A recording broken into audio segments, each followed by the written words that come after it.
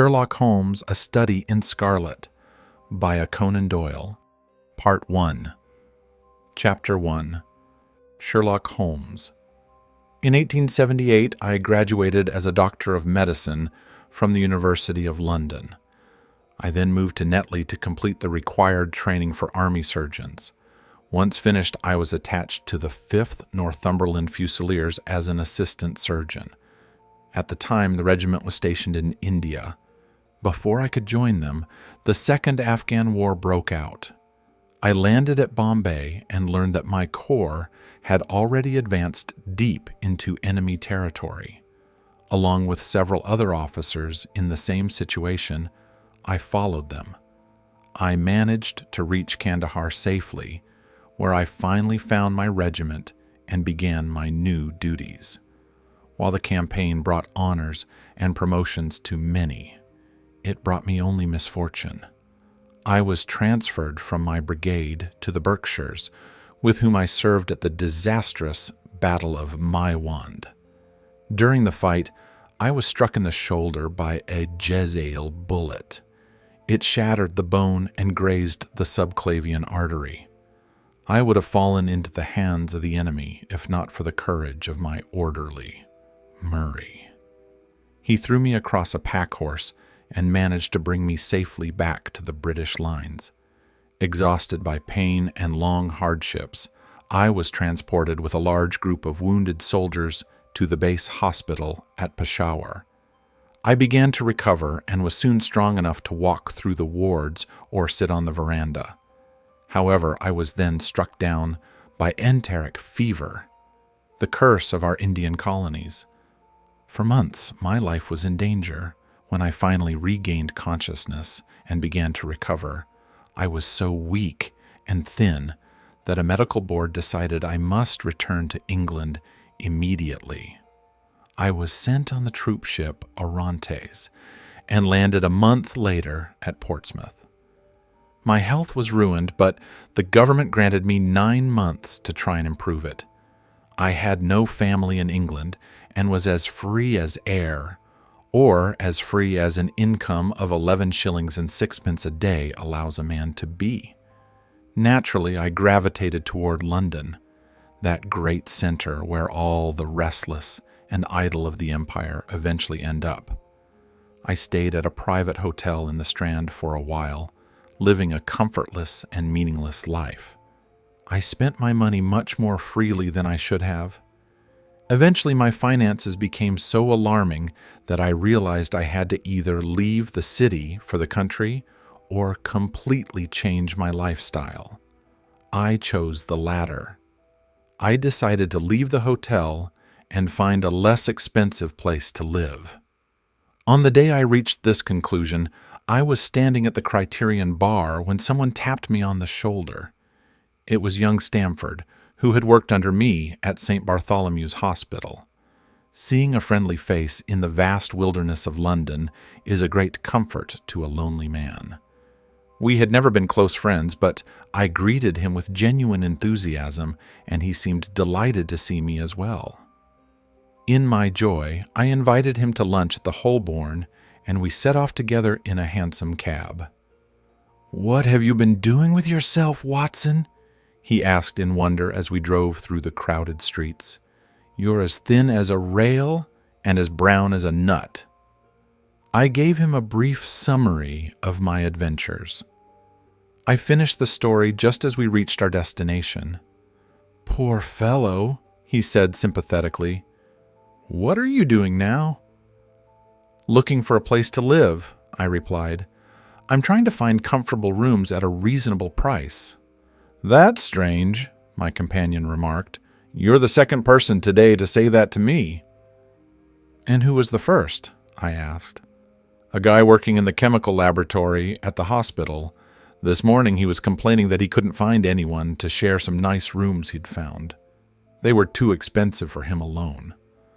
"By Jove," I cried. "If he really wants someone to share the expense, I'm his man. I'd much rather have a roommate than live alone." Young Stamford looked at me strangely over his wine glass. "You don't know Sherlock Holmes yet," he said. You might not want him as a constant companion. Why? What's wrong with him?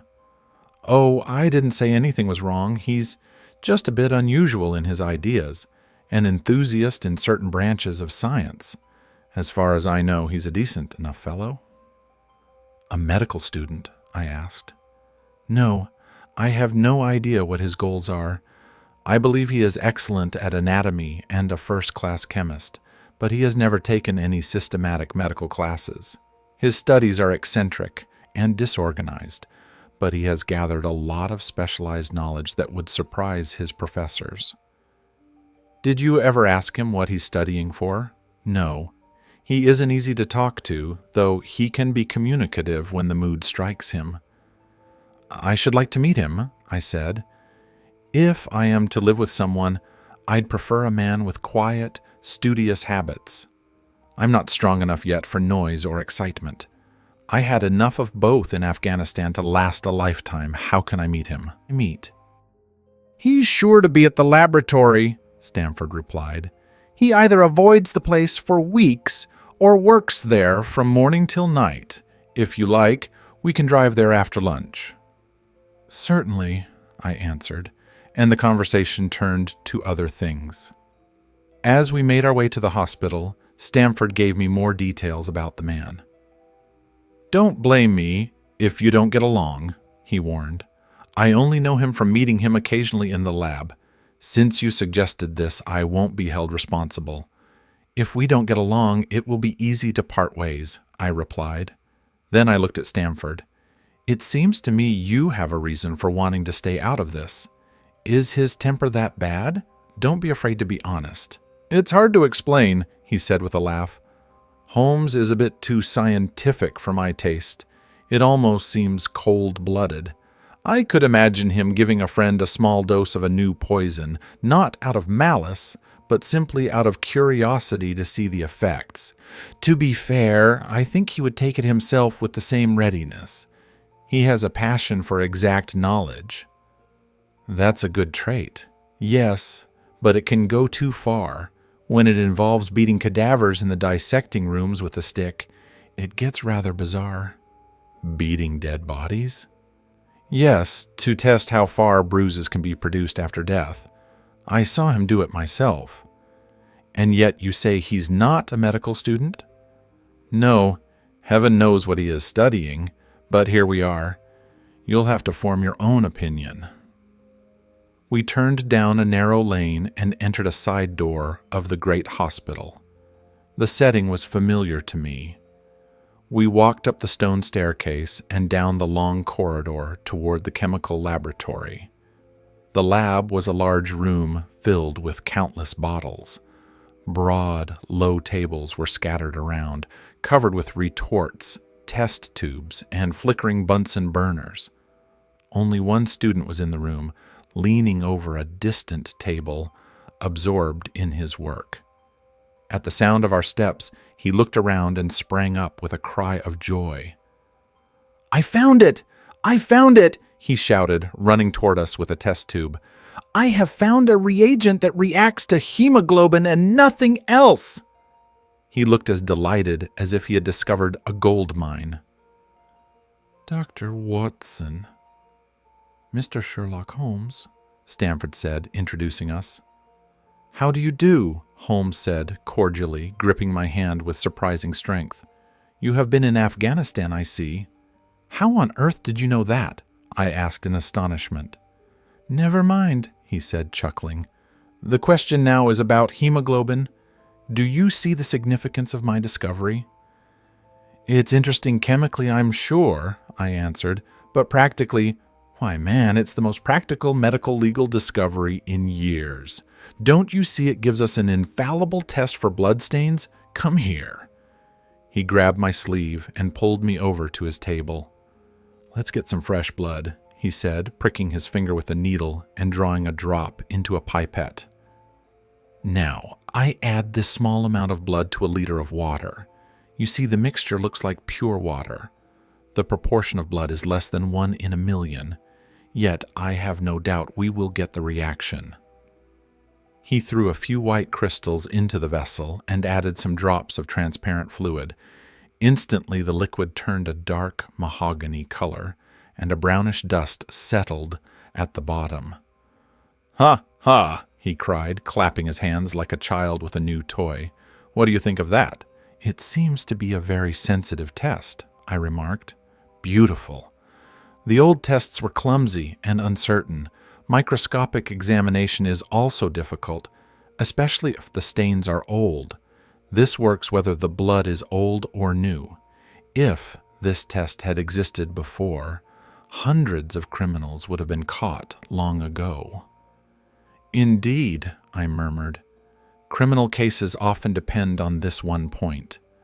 A man is suspected of a crime months after it happened. His clothes are examined and brown stains are found. Are they blood, mud, rust, or fruit? This has puzzled many experts because there was no reliable test. Now we have the Sherlock Holmes test, and there will be no more difficulty." His eyes shone as he spoke. He even placed his hand over his heart and bowed to an imaginary crowd. "Congratulations," I said, surprised by his enthusiasm. "There was the case of von Bischoff in Frankfurt last year. He would have been hanged if this test had existed. I could name 20 cases where it would have been decisive." "You seem to be a walking encyclopedia of crime," Stamford said with a laugh. "I have to be careful," Holmes continued, turning to me with a smile, "because I work with poisons a lot." He held out his hand, and I noticed it was stained with acids and covered in small bandages. "We came here on business," Stamford said, sitting on a high stool. "My friend here is looking for a place to live. Since you were complaining about not having a roommate, I thought I'd bring you together." Sherlock Holmes seemed delighted. "I have my eye on a suite in Baker Street," he said. "It would be perfect for us. You don't mind the smell of strong tobacco, I hope?" "I smoke ship's tobacco myself," I answered. "That's good. I usually have chemicals around and do experiments. Would that bother you?" "Not at all." "Let's see, what are my other flaws? I get depressed sometimes and don't speak for days. Don't think I'm being sulky. Just leave me alone, and I'll be fine. What about you? It's best to know the worst before we move in together." I laughed. "I have a bullpup," I said, "and I hate noise because my nerves are shaken. I get up at odd hours, and I am quite lazy. I have other vices, but those are the main ones for now." "Do you count violin playing as noise?" he asked anxiously. "It depends on the player," I replied. "A good violin is a treat, a bad one—" "Oh, that's fine," he cried with a laugh. "I think we can consider it settled, if you like the rooms." "When shall we see them?" "Meet me here at noon tomorrow. We'll go together and settle everything." "All right, noon exactly," I said, shaking his hand. We left him at his work and walked toward my hotel. "By the way," I asked Stamford suddenly, "how did he know I'd come from Afghanistan?" Stamford smiled mysteriously. "That's just his way. A lot of people want to know how he finds things out." "A mystery, then?" I said, interested. "I'm glad we met. The proper study of mankind is man, after all." "You'll find him a difficult problem to solve, though," Stamford said as we said goodbye. "I bet he learns more about you than you do about him." I continued to my hotel, very interested in my new acquaintance. Chapter 2. The Science of Deduction. We met the next day as agreed and inspected the rooms at number 221 B. Baker Street. They consisted of 2 comfortable bedrooms and a single, large, airy sitting room, cheerfully furnished and lit by 2 broad windows. The apartment was so desirable and the rent so reasonable when shared between us that we closed the deal on the spot and moved in immediately. I brought my things from the hotel that evening, and Sherlock Holmes followed the next morning with several boxes and portmanteaus. For a day or 2, we were busy unpacking and arranging our belongings. Once finished, We gradually began to settle into our new surroundings. Holmes was an easy man to live with. He was quiet and followed a regular routine. He was rarely up after 10 at night, and he had always finished breakfast and gone out before I rose in the morning. Sometimes he spent his day at the chemical laboratory, sometimes in the dissecting rooms, and occasionally he took long walks that seemed to lead him into the poorest sections of the city. His energy was inexhaustible when he was working, but occasionally a reaction would set in. For days, he would lie on the sofa in the sitting room, hardly speaking or moving from morning till night. At such times, his eyes had such a dreamy, vacant expression that I might have suspected him of using drugs if the overall discipline and cleanliness of his life hadn't made that idea seem impossible. As the weeks passed, my interest in him and my curiosity about his goals grew deeper. His appearance alone was enough to catch the attention of any observer. He was over 6 feet tall and so excessively thin that he seemed even taller. His eyes were sharp and piercing, except during the periods of inactivity I mentioned. His thin, hawk-like nose gave him an air of alertness and decision, and his square chin marked him as a man of great determination. His hands were usually stained with ink and chemicals, yet he possessed an extraordinary delicacy of touch, which I often observed as he handled his fragile scientific instruments. You might think me a hopeless busybody, but this man fascinated me. I often tried to break through his secrecy regarding his private life. However, before you judge me, remember how aimless my own life was. My health prevented me from going out unless the weather was perfect, and I had no friends to break the monotony of my daily existence. Under these circumstances, I welcomed the mystery surrounding my companion and spent much of my time trying to solve it. He was not studying medicine. He had confirmed this himself, nor did he seem to be pursuing any degree in science or any other field that would lead to a traditional career. Yet his passion for certain subjects was remarkable. Within his eccentric interests, his knowledge was so vast and detailed that he often left me astonished. Surely no man would work so hard to gain such precise information, unless he had a definite purpose. People who read without a plan rarely possess such exact knowledge. No one burdens their mind with small details unless they have a very good reason. His ignorance, however, was as remarkable as his knowledge. He knew almost nothing of contemporary literature, philosophy, or politics. When I quoted Thomas Carlyle, he asked me in the most naive way who he was and what he had done. But my surprise peaked when I discovered he was ignorant of the Copernican theory and the structure of the solar system. That any educated person in the 19th century did not know the Earth travels around the sun seemed extraordinary to me. "You appear to be astonished," he said, smiling at my expression. "Now that I do know it, I shall do my best to forget it." "To forget it? You see," he explained, "I believe that a man's brain is originally like a small, empty attic, and you have to furnish it as you choose. A fool takes in every piece of junk he comes across, so the knowledge that might be useful to him gets crowded out, or, at best, buried under a pile of other things. A skillful workman is very careful about what he takes into his brain attic. He only keeps the tools he needs for his work, but he has a large variety of them, all in perfect order.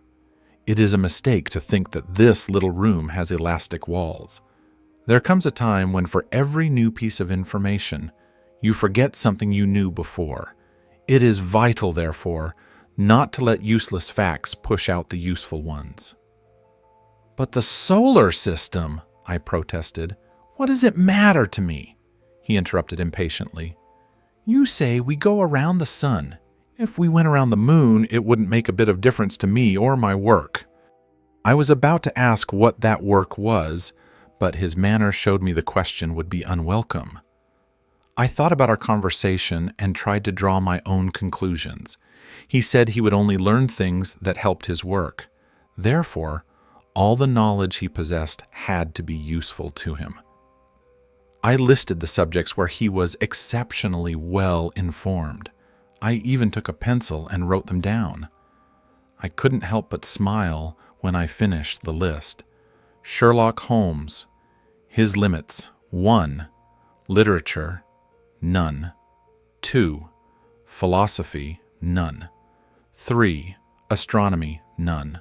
4. Politics, weak.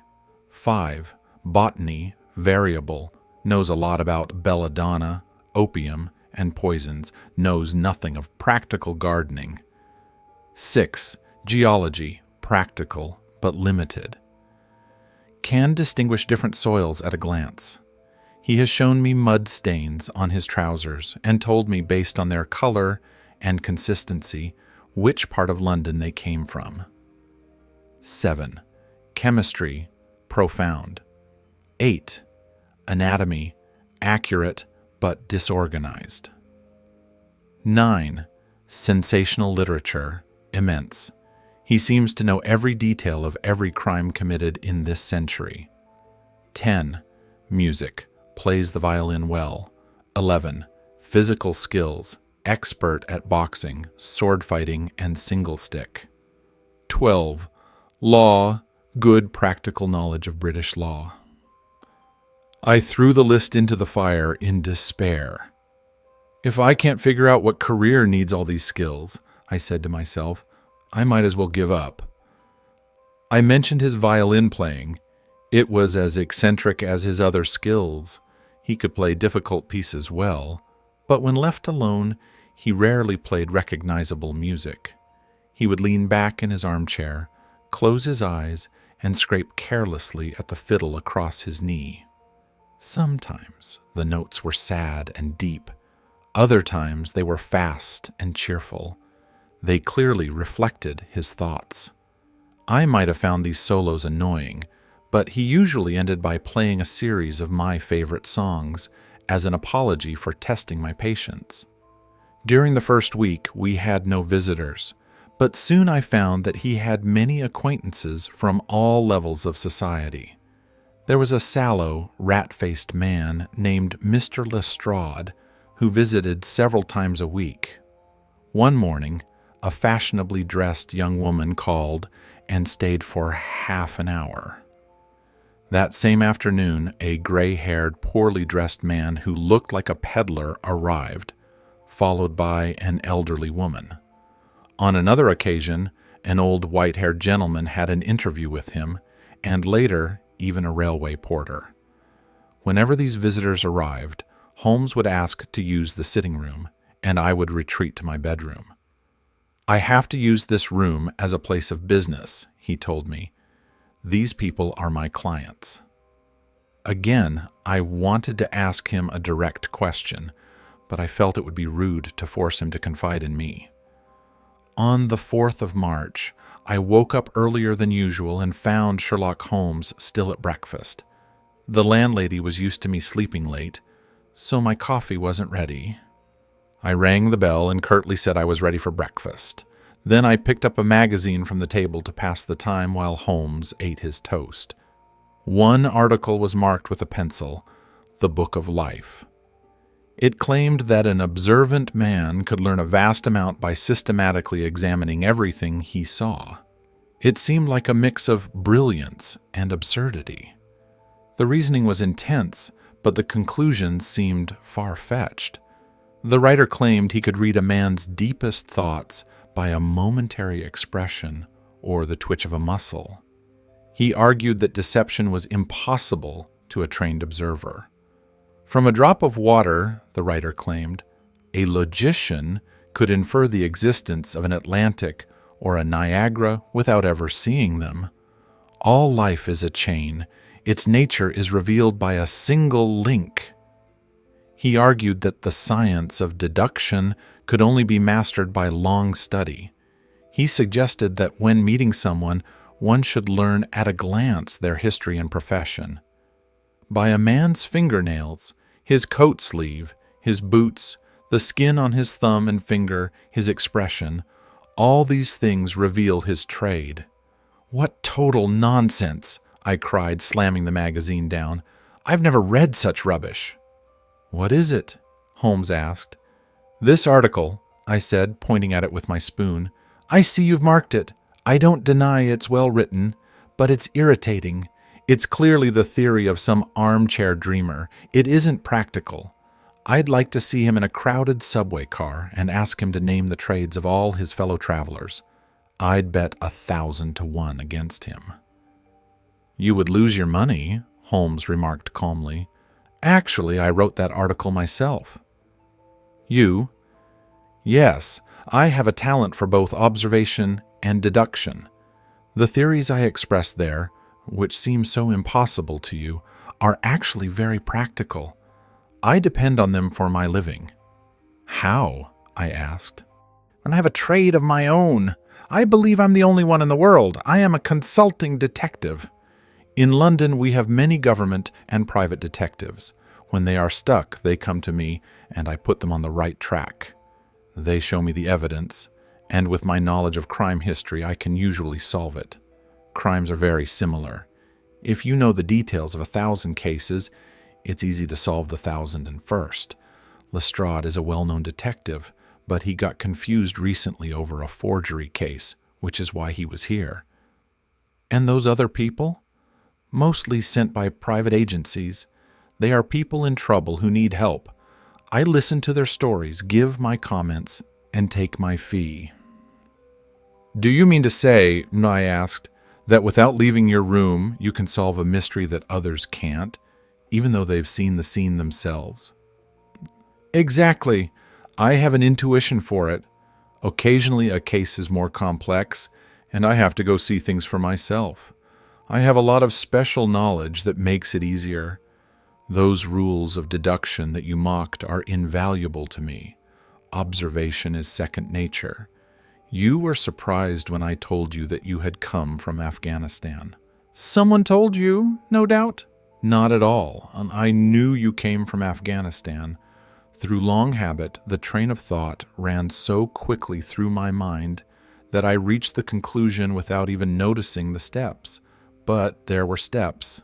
My reasoning was, here is a medical man with a military air, an army doctor then.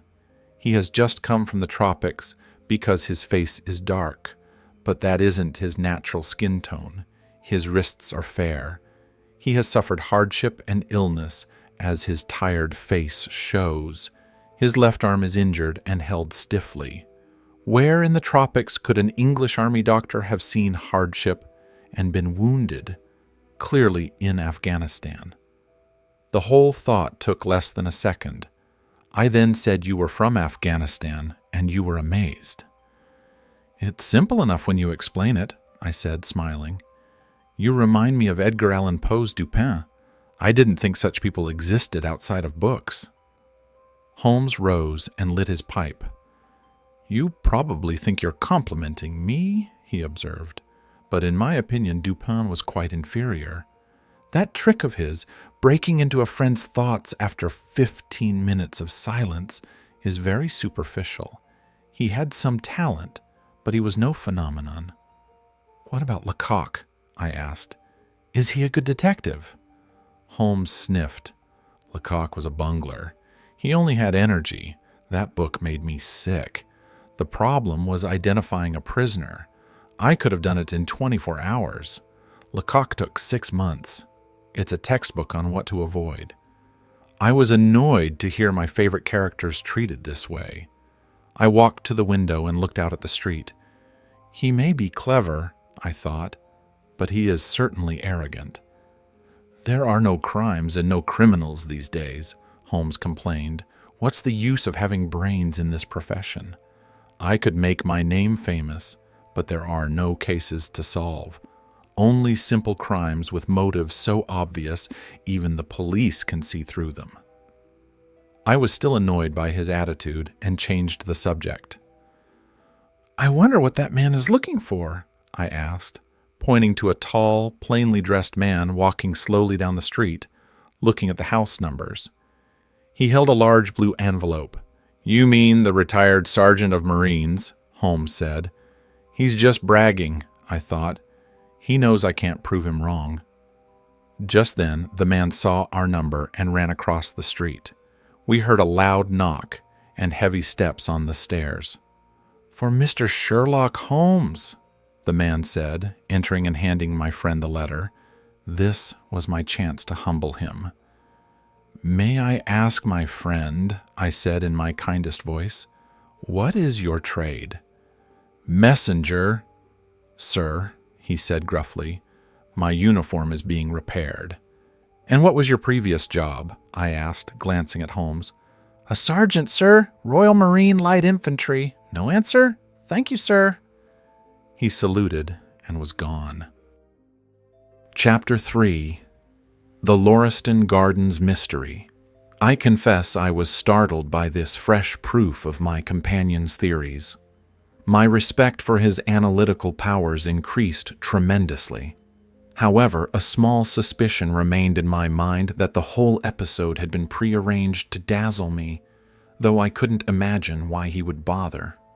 When I looked at him, he had finished reading the note, and his eyes had regained that vacant, faraway look. "How on earth did you deduce that?" I asked. "Deduce what?" he asked irritably. "That he was a retired sergeant of Marines." "I have no time for trifles," he snapped. Then, with a smile, added, "Excuse my rudeness. You broke my train of thought. But perhaps it's just as well. So you really couldn't see that he was a Marine sergeant?" "No, I couldn't." "It was easier to know it than to explain how. If someone asked you to prove that 2 and 2 make 4, you might find it hard, yet you are certain of the fact." Even from across the street, I saw a large blue anchor tattooed on the back of his hand. That suggested the sea. He had a military posture, however, and regulation sideburns. "There is your Marine." He also carried himself with an air of command. You must have noticed how he held his head and swung his cane. He looked like a steady, respectable, middle-aged man. All facts that led me to believe he had been a sergeant. "Amazing!" I exclaimed. "Commonplace," said Holmes, though he looked pleased by my admiration. "I said earlier that there were no criminals. It seems I was wrong. Look at this." He tossed me the note the messenger had brought. "This is terrible," I cried as I read it. "It does seem unusual," he remarked calmly. "Would you mind reading it aloud?" This is the letter I read to him. "My dear Mr. Sherlock Holmes, there has been a bad business during the night at 3 Lauriston Gardens off Brixton Road. Our officer on patrol saw a light there around 2 in the morning. Since the house was empty, he suspected something was wrong. He found the door open, and in the front room, he discovered the body of a well-dressed gentleman. In his pocket were cards with the name Enoch J. Drebber, Cleveland, Ohio, USA. There was no robbery, and there is no evidence as to how the man died. There is blood in the room, but no wound on the body. We are at a loss as to how he entered the empty house. The whole affair is a puzzle. If you can come to the house before noon, you will find me there. I have left everything exactly as it was found. If you cannot come, I will send more details, and I would value your opinion. Yours faithfully, Tobias Gregson." "Gregson is the smartest of the Scotland Yard detectives," Holmes remarked. "He and Lestrade are the best of a bad lot. They are quick and energetic, but shockingly conventional. They are also incredibly jealous of each other. This case will be interesting if they are both on the trail." I was amazed at his calm tone. "There isn't a moment to lose," I cried. "Should I go and call a cab?" "I'm not sure if I'll go. I'm incredibly lazy when the mood strikes me, though I can be active enough at other times. But this is exactly the chance you've been waiting for." "My dear fellow, What does it matter to me? Even if I solve the whole thing, Gregson and Lestrade will get all the credit. That is the fate of an unofficial specialist. But he is begging for your help. Yes, he knows I am his superior and admits it to me, but he would rather cut his tongue out than admit it to anyone else. Still, we might as well go and have a look. I'll work it out on my own.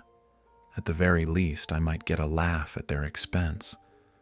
Come on. He threw on his overcoat, suddenly full of energy. Get your hat, he said. You want me to come? Yes, if you have nothing better to do. A minute later, we were in a cab, driving fast toward Brixton Road. It was a foggy, cloudy morning. A gray veil hung over the rooftops, reflecting the mud-colored streets below.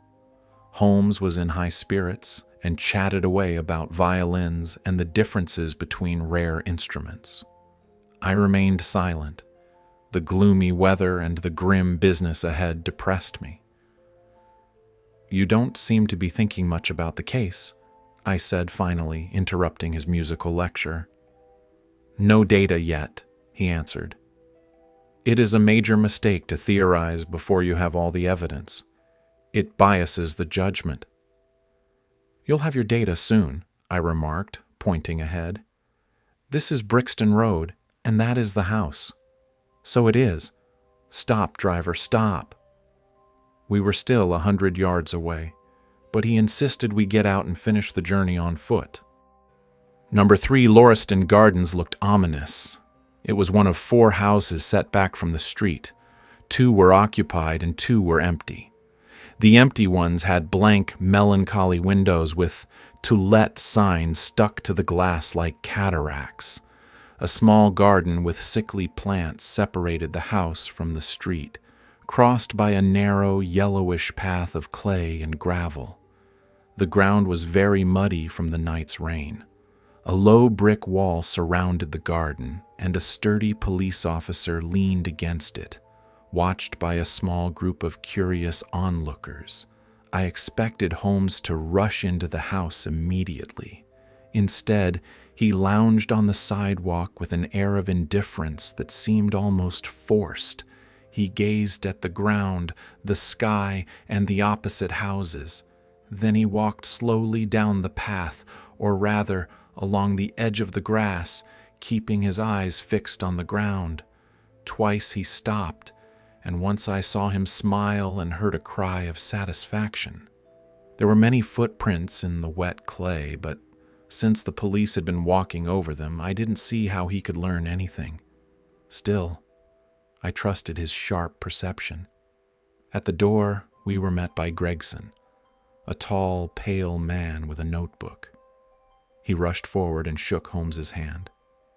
"It's kind of you to come," he said. "I've left everything untouched." "Except for the path," Holmes replied, pointing to the mud. "If a herd of buffalo had passed through, it couldn't be more of a mess." "I assume you reached your own conclusions, Gregson, before you allowed that." "I had so much to do inside," the detective said evasively. "My colleague, Mr. Lestrade, is here. I relied on him to watch the outside." Holmes glanced at me and raised his eyebrows sarcastically. "With 2 men like you and Lestrade on the case, there won't be much left for me to find," he said. Gregson rubbed his hands, looking self-satisfied. "We've done all we can, but it's a strange case, and I know you like such things." "Did you come in a cab?" Holmes asked. "No, sir." "Did Lestrade?" "No, sir." "Then let us look at the room." Holmes strode into the house, leaving a confused Gregson behind. A dusty passage led to the dining room where the body lay. I followed Holmes with a heavy heart. It was a large, empty, square room, made to look even larger by the lack of furniture. Vulgar, peeling wallpaper covered the walls, and a thick layer of dust coated everything. On the mantelpiece of the fireplace sat a stump of a red wax candle. My attention was fixed on the grim, motionless figure on the floor. It was a man about 44 years old, broad-shouldered, with dark curly hair and a stubby beard. He wore a heavy frock coat and light trousers. Beside him lay a well-brushed top hat. His hands were clenched and his face was twisted in an expression of horror and hatred.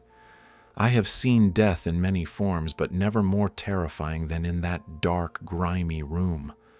Lestrade was standing by the door and greeted us. "This case will cause a stir, sir," he said. "It beats anything I've ever seen." "No clues?" Gregson asked.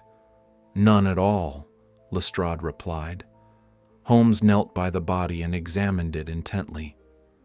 "You are sure there is no wound?" he asked, pointing to the splashes of blood around the room.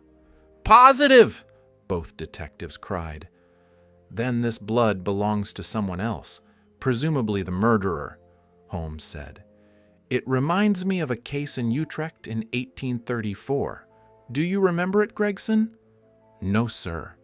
"You should read up on it. There is nothing new under the sun. It has all been done before." As he spoke, his fingers flew everywhere, feeling, unbuttoning, and examining. Finally, he sniffed the dead man's lips and looked at the soles of his boots. "He hasn't been moved?" he asked. "No more than necessary for our exam." "You can take him to the morgue now," Holmes said. "There's nothing more to learn." As they lifted the body, a ring fell and rolled across the floor. Lestrade grabbed it. "There's been a woman here," he cried. "It's a woman's wedding ring." "This complicates things," Gregson said. "Are you sure it doesn't simplify them?" Holmes remarked. "What did you find in his pockets?" Gregson pointed to a pile of items. A gold watch, a heavy gold chain, a Masonic ring, a gold pin with rubies, a Russian leather card case for Enoch J. Drebber, and some loose money. Also a book with the name Joseph Stangerson inside, and 2 letters for Drebber and Stangerson from a steamship company. It seems he was about to return to New York. "Have you looked for Stangerson?" "I've sent out advertisements and checked the American Exchange," Gregson said, "but no luck yet." Holmes chuckled and was about to speak when Lestrade reappeared from the front room, looking very proud of himself. "Mr. Gregson," he said, "I have made a discovery that would have been overlooked without a careful search of the walls." He led us into the room and struck a match. "Look at that!" In a corner, where the wallpaper had peeled, a single word was scrawled in blood-red letters, R-A-C-H-E. "The murderer wrote it in blood," Lestrade said triumphantly. "It proves it wasn't suicide, and look at the candle. This corner was the brightest part of the room when it was lit. He wanted it to be seen." "And what does it mean?" Gregson asked. "Mean? It means the writer was going to write the name Rachel, but was interrupted. Mark my words, a woman named Rachel is involved in this." Holmes burst into a fit of laughter, which offended the little detective. "I beg your pardon," Holmes said. "You get the credit for finding it. Now, with your permission, I will examine the room." He pulled out a tape measure and a magnifying glass and moved noiselessly around the room, kneeling and even lying flat on the floor. For 20 minutes, he measured distances I couldn't see and gathered a small pile of gray dust into an envelope. Finally, he examined the word on the wall with extreme care. "They say genius is an infinite capacity for taking pains," he remarked with a smile. "It's a bad definition, but it applies to detective work." "What do you think of it, sir?" the detectives asked. "I wouldn't want to rob you of the credit," Holmes said sarcastically. "You are doing so well, but I would like to speak to the officer who found the body. John Rance, right?" Lestrade gave him the address. "Come along, Doctor," Holmes said to me. Then he turned back to the detectives. "I'll tell you one thing. It was murder. And the murderer was a man. He was over 6 feet tall, in his prime, with small feet for his height. He wore square-toed boots and smoked a Trichinopoly cigar. He arrived in a 4-wheeled cab with a horse that had 3 old shoes and 1 new one. He likely has a red face and very long fingernails on his right hand. Just a few hints for you." Lestrade and Gregson smiled skeptically. "If he was murdered, how was it done?" "Poison," Holmes said shortly as he walked out. "And one more thing, Lestrade. Rach is the German word for revenge. Don't waste your time looking for a Miss Rachel." He walked away, leaving the 2 rivals standing there in stunned silence. Chapter 4. What John Rance Had to Tell. It was 1 o'clock when we left Lauriston Gardens. Sherlock Holmes led me to the nearest telegraph office, where he sent a long telegram. Then he hailed a cab and gave the driver the address Lestrade had provided. "There is nothing like first-hand evidence," he remarked. "In fact, I've already made up my mind about the case, but we might as well learn everything we can." "You amaze me, Holmes," I said. "Surely you aren't as certain as you pretend to be about all those details you gave the detectives." "There's no room for a mistake," he answered. "The first thing I noticed was that a cab had made 2 ruts in the mud near the curb. It hadn't rained for a week until last night, so those deep impressions must have been made then. There were hoof prints, too, and one was much clearer than the others, showing a new horseshoe. Since the cab wasn't there this morning, it must have brought those 2 men to the house during the night." "That sounds simple enough," I said. "But how did you know the man's height?" "A man's height can usually be told from the length of his stride. It's a simple calculation. I saw his stride in the clay outside and in the dust inside. I also had a way to check it. When a man writes on a wall, he instinctively writes at his own eye level. That writing was just over 6 feet from the ground. It was child's play." "And his age?" I asked. "If a man can clear a 4.5-foot puddle in one easy hop, he isn't exactly old. The square toes jumped over it, while the patent leathers walked around. There's no mystery. I'm simply applying observation to ordinary life. Anything else?" "The fingernails and the cigar ash?" I suggested. The word on the wall was written with a finger dipped in blood. My magnifying glass showed that the plaster was slightly scratched, which wouldn't happen if the man's nails were trimmed. As for the ash, it was dark and flaky, the kind only produced by a Trichinopoly cigar. I've actually written a short book on the differences between 140 types of cigar and tobacco ash. It's exactly these details that separate a skilled detective from people like Gregson and Lestrade. "And the red face?" I asked. "That was a more daring guess, though I'm sure I'm right. But you mustn't ask me about that yet." I rubbed my forehead. "My head is spinning," I admitted. "The more I think about it, the more mysterious it gets. How did they get into an empty house? What happened to the cab driver? How could one man force another to take poison? Where did the blood come from? Why the wedding ring? And why write the German word rache? I don't see how all this fits together." Holmes smiled. "You've summarized the difficulties perfectly. Much is still unclear, but I'm certain of the main facts. As for Lestrade's discovery, it was a fake, intended to lead the police toward secret societies or socialists. It wasn't written by a German. A real German uses Latin script. This was a clumsy imitation. It was a ruse to distract the investigation. I won't tell you much more, Doctor. A magician gets no credit once he explains his trick." "I'll never think that of you," I replied. "You've turned detection into an exact science." Holmes flushed with pleasure. I noticed he was as sensitive to flattery about his work as a young woman might be about her beauty. "I'll tell you one more thing," he said.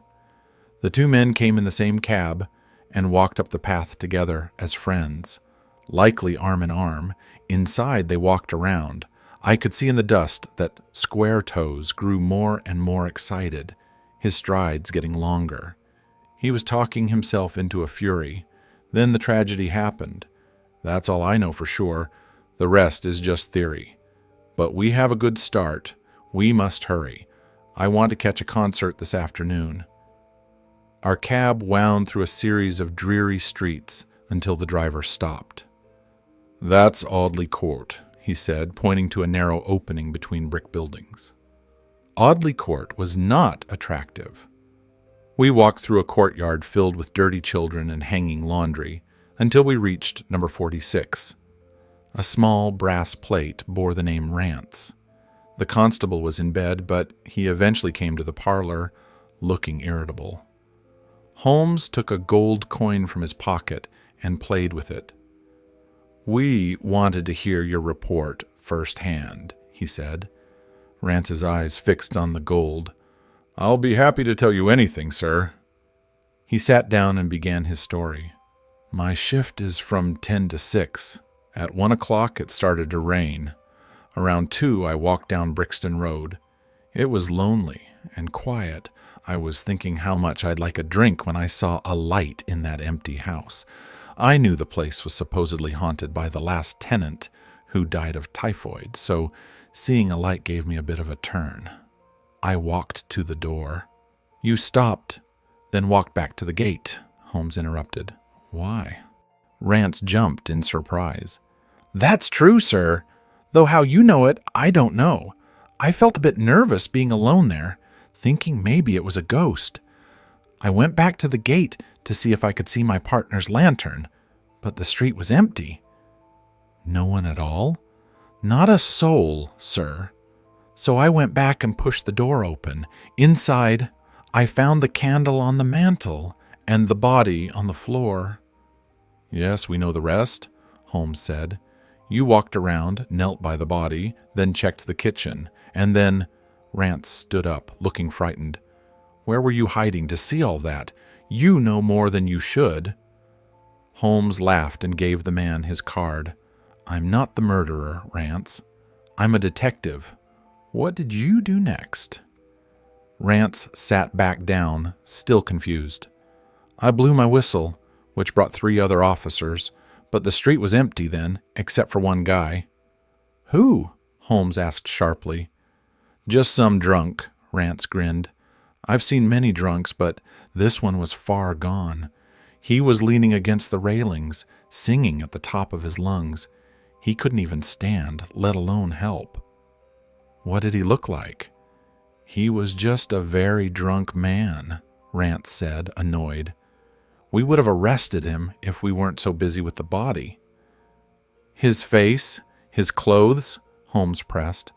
"I noticed them because me and my partner had to prop him up. He was tall, with a red face and the lower part of it muffled up." "That's enough!" Holmes cried. "What happened to him?" "He probably found his way home," the policeman said. "We had more important things to do." "Was he wearing a brown coat? Did he have a whip?" "A brown coat, yes, but no whip." "He must have left it," Holmes muttered. He gave the constable the gold coin and stood up. "I'm afraid, Rance, you missed a great opportunity. That man you held in your hands was the murderer we are looking for. There's no use arguing. I know it's true. Come on, Doctor." We left the bewildered constable and walked back to our cab. "That fool," Holmes said bitterly as we drove away, "to have such luck and throw it away." "I'm still confused," I said. "Why would a murderer come back to the house? That's not what criminals do." "The ring, Watson! He came back for the ring! If we have no other way to catch him, we'll use the ring as bait. I'll catch him, Doctor."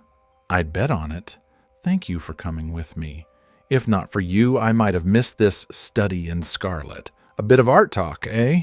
There's the scarlet thread of murder running through the dull colors of life, and our job is to unravel it." Holmes leaned back and began singing happily while I sat in silence. amazed by how his mind worked. Chapter 5. Our advertisement brings a visitor. The morning's efforts had been too much for my fragile health, and by the afternoon I was exhausted. After Holmes left for the concert, I lay down on the sofa and tried to sleep for a few hours. It was a useless attempt. My mind was too stimulated by everything that had happened, and the strangest theories crowded my thoughts. Every time I closed my eyes, I saw the distorted, ape-like face of the murdered man. That face had left such a sinister impression on me that I found it difficult to feel anything but gratitude toward whoever had removed its owner from the world. If human features ever signaled pure malice, they were certainly those of Enoch J. Drebber of Cleveland. Still, I recognized that justice had to be served, and the victim's character did not excuse his murder in the eyes of the law. The more I thought about it, the more extraordinary my companion's theory of poisoning seemed. I remembered how he had leaned down to sniff the man's lips. He had undoubtedly detected something that led him to that conclusion. If it wasn't poison, what could have caused his death, given there were no wounds or signs of strangulation? On the other hand, whose blood was pooled on the floor? There were no signs of a struggle, and the victim had no weapon. As long as these questions remained unanswered, I knew sleep would not come easily for either Holmes or myself. His quiet, self-confident manner convinced me that he had already formed a theory explaining all the facts, though I couldn't even begin to guess what it was. He returned very late, so late that I knew the concert could not have kept him the entire time. Dinner was already on the table when he finally appeared. "It was magnificent," he said, taking his seat. "Do you remember what Darwin says about music? He claims the power to produce and appreciate it existed in the human race long before speech. Perhaps that is why we are so subtly influenced by it. There are vague memories in our souls of those misty centuries when the world was in its infancy." "That is a very broad idea," I remarked. "One's ideas must be as broad as nature if they are to interpret nature," he answered. "What's the matter? You aren't looking like yourself. This Brixton Road affair has upset you." "To tell the truth, it has," I said. "I should be more resilient after my experiences in Afghanistan. I saw my own comrades killed at Maiwand without losing my nerve." "I understand. There is a mystery here that stimulates the imagination. Where there is no imagination, there is no horror. Have you seen the evening paper?" "No. It gives a fairly good account of the case. However, it fails to mention that when the body was moved, a woman's wedding ring fell to the floor. It is just as well it doesn't." "Why?" "Look at this advertisement," he answered. "I had this sent to every newspaper immediately after the investigation this morning." He threw the paper to me. It was the first announcement in the found column. "In Brixton Road this morning, a plain gold wedding ring, found on the roadway between the White Hart Tavern and Holland Grove.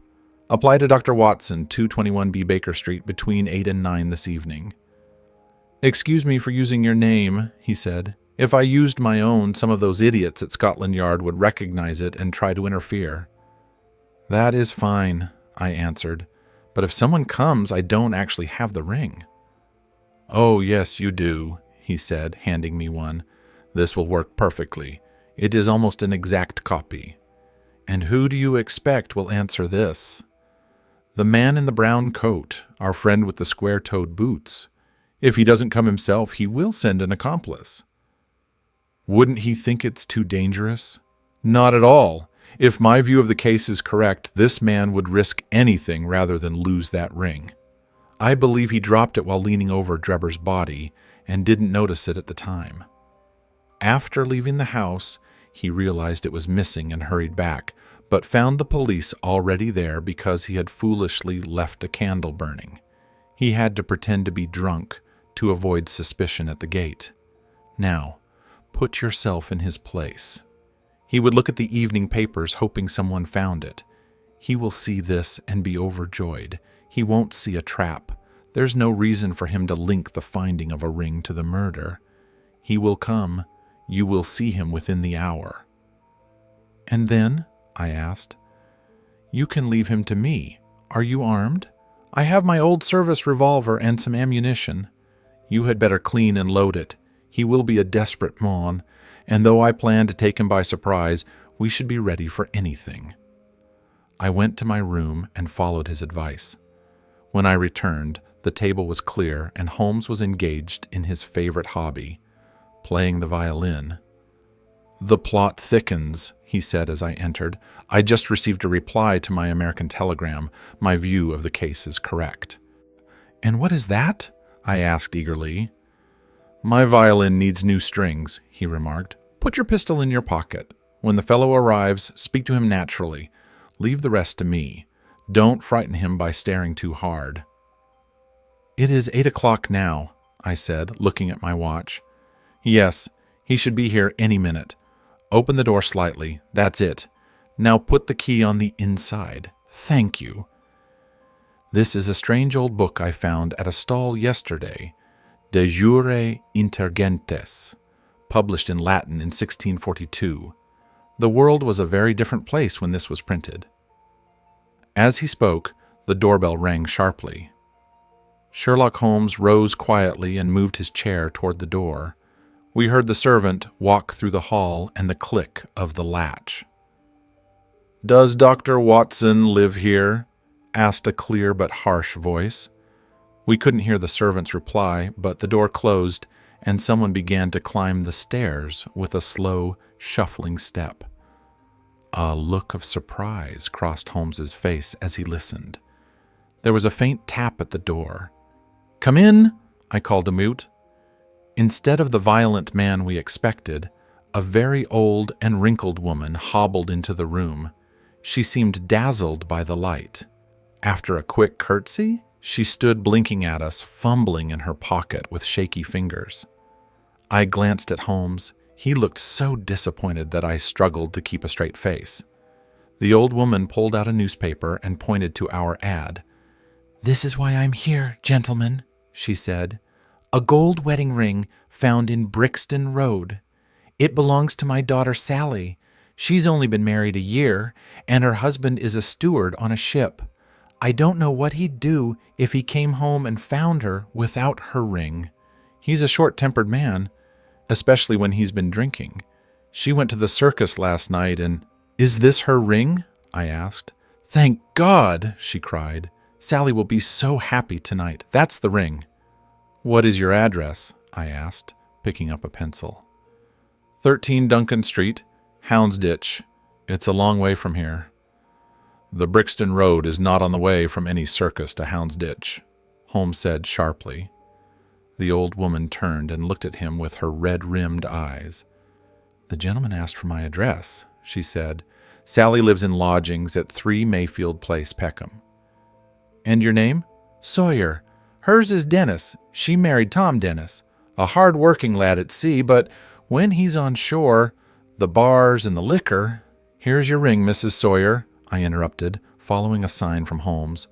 "It clearly belongs to your daughter. I'm glad to return it." With many mumbled blessings, the old woman put the ring in her pocket and shuffled down the stairs. The moment she was gone, Holmes rushed to his room and returned in a heavy coat and scarf. "I'll follow her," he said hurriedly. "She must be an accomplice and will lead me to him. Wait up for me." He was out the door seconds after her. Looking through the window, I saw her walking feebly along the street, with Holmes following at a distance. I realized sleep was impossible until I heard the result of his mission. It was nearly midnight when I heard his key in the lock. The moment he entered, I saw by his face that he had failed. He looked both amused and annoyed, until he finally burst into a loud laugh. "I wouldn't want the police to know about this," he cried, dropping into his chair. "I've mocked them so much they would never let me hear the end of it. But I can afford to laugh, because I know I'll win in the end." "What happened?" I asked. "I don't mind telling a story at my own expense. She walked a short way, then started limping and looking tired. She hailed a cab. I got close enough to hear her shout the address. 13 Duncan Street, Houndsditch. I thought this was the real deal, so I climbed onto the back of the cab, a trick every detective should master. We rattled along until we reached the street. I hopped off before the door and strolled casually by. The cab stopped. The driver opened the door and waited. But no one came out. When I reached him, he was frantically searching the empty cab and swearing loudly. There was no sign of his passenger. At number 13, I found out the house belongs to a respectable paper hanger, and no one named Sawyer or Dennis has ever lived there. "You mean to say," I cried in amazement, "that a feeble old woman got out of a moving cab without you or the driver seeing her?" "Old woman be damned," Holmes snapped. "We were the old women for being so easily fooled. It must have been a young man, an active one, and an incredible actor. The disguise was perfect. He realized he was being followed and used this to give me the slip. It shows our man isn't working alone. He has friends willing to take risks for him. Now, Doctor, you look exhausted. Take my advice and go to bed." I was indeed weary, so I followed his suggestion. I left Holmes sitting by the dying fire, and late into the night I heard the melancholy sound of his violin as he continued to puzzle over the mystery. Chapter 6. Tobias Gregson shows what he can do. The next day the papers were full of what they called the Brixton Mystery. Each had a long account of the affair, and some even ran editorials on it. I still have a collection of clippings in my scrapbook. Here is a summary of the most notable ones. The Daily Telegraph remarked that the history of crime had seldom seen a tragedy with such strange features. The victim's German name, the lack of an obvious motive, and the sinister message on the wall all pointed to political refugees and revolutionaries. The article suggested that Drebber had broken some unwritten law of a secret society and had been tracked down. After rambling through historical references to famous poisoners and secret cults, it concluded by advising the government to keep a closer watch on foreigners in England. The Standard argued that such lawless outrages usually occurred under liberal administrations, claiming they resulted from a weakening of authority. It noted that the deceased was an American gentleman who had been staying at Madame Charpentier's boarding house in Camberwell. He was traveling with his private secretary, Mr. Joseph Stangerson. They had left for Euston Station on Tuesday with the intention of catching the Liverpool Express, but nothing more was known until Drebber's body was found miles away in Brixton. Stangerson's whereabouts remained unknown.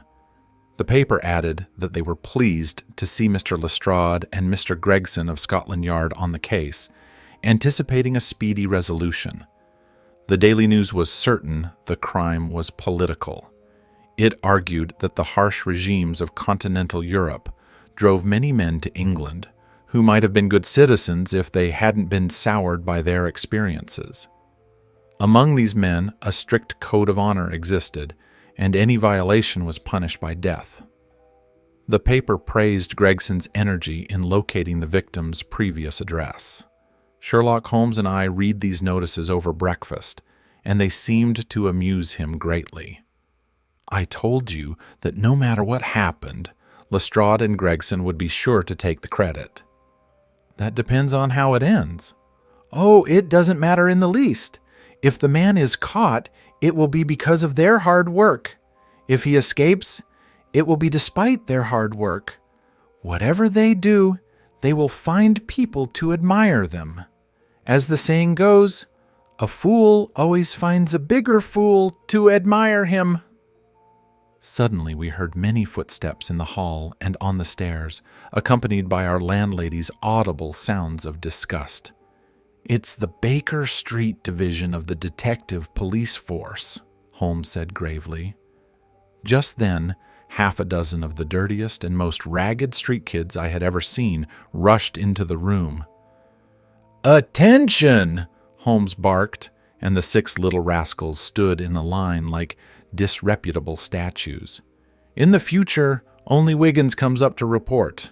The rest of you wait in the street. Did you find it, Wiggins?" "No, sir, we haven't," said one of the boys. "I didn't expect you would yet. Keep at it until you do. Here are your wages." He handed each a shilling. "Now, off you go, and bring me better news next time." They scampered away like rats, and a moment later we heard their shrill voices in the street. "One of those little beggars can do more work than a dozen official officers," Holmes remarked. "The sight of a uniform makes people stay silent. These kids, however, go everywhere and hear everything. They are as sharp as needles. All they need is organization." "Are you using them for the Brixton case?" I asked. "Yes, there is a specific detail I want to confirm. It's only a matter of time, but look, here comes Gregson, looking like he's just won the lottery. He's definitely coming here." The bell rang violently, and a few seconds later, the fair-haired detective burst into our room, taking the stairs 3 at a time. "My dear fellow," he cried, grabbing Holmes's hand, "congratulate me! I have made the whole thing as clear as day." A shadow of anxiety seemed to cross Holmes's face. "Do you mean you are on the right track?" "The right track? Sir, we have the man under lock and key." "And his name is?" "Arthur Charpentier, a sub-lieutenant in the Navy," Gregson announced pompously, puffing out his chest. Holmes gave a sigh of relief and smiled. "Take a seat and have a cigar," he said. "We are eager to know how you did it. Would you like some whiskey?" "I wouldn't mind," the detective answered. "The mental strain of the last 2 days has worn me out. You'll understand that, Mr. Holmes, as we are both brain workers." "You honor me too much," Holmes said seriously. "Tell us how you reached this gratifying result." Gregson sat down, puffed on his cigar, and suddenly slapped his knee in amusement. "The best part is that fool Lestrade, who thinks he's so smart, has gone off on the completely wrong track. He's chasing the secretary, Stangerson, who has nothing to do with it. I have no doubt he's caught him by now." Gregson laughed until he choked. "And how did you get your lead?" "I'll tell you. Of course, Dr. Watson, this is strictly between us. Most people would have waited for their ads to be answered. That's not how I work. Do you remember the hat found beside the dead man?" "Yes," said Holmes. "Made by John Underwood and Sons, 129 Camberwell Road." Gregson looked deflated. "I had no idea you noticed that. Have you been there?" "No." "Ha!" Gregson cried, relieved. "You should never neglect a small chance." "To a great mind, nothing is little," Holmes remarked sententiously. "Well, I went to Underwood's and asked who bought that hat. He checked his books and found it immediately. He had sent it to a Mr. Drebber at Charpentier's boarding house. That's how I got the address." "Smart, very smart," Holmes murmured. "I then visited Madame Charpentier," Gregson continued. "She was pale and distressed. Her daughter was there too, a very fine girl, and she looked like she had been crying. I started to smell a rat.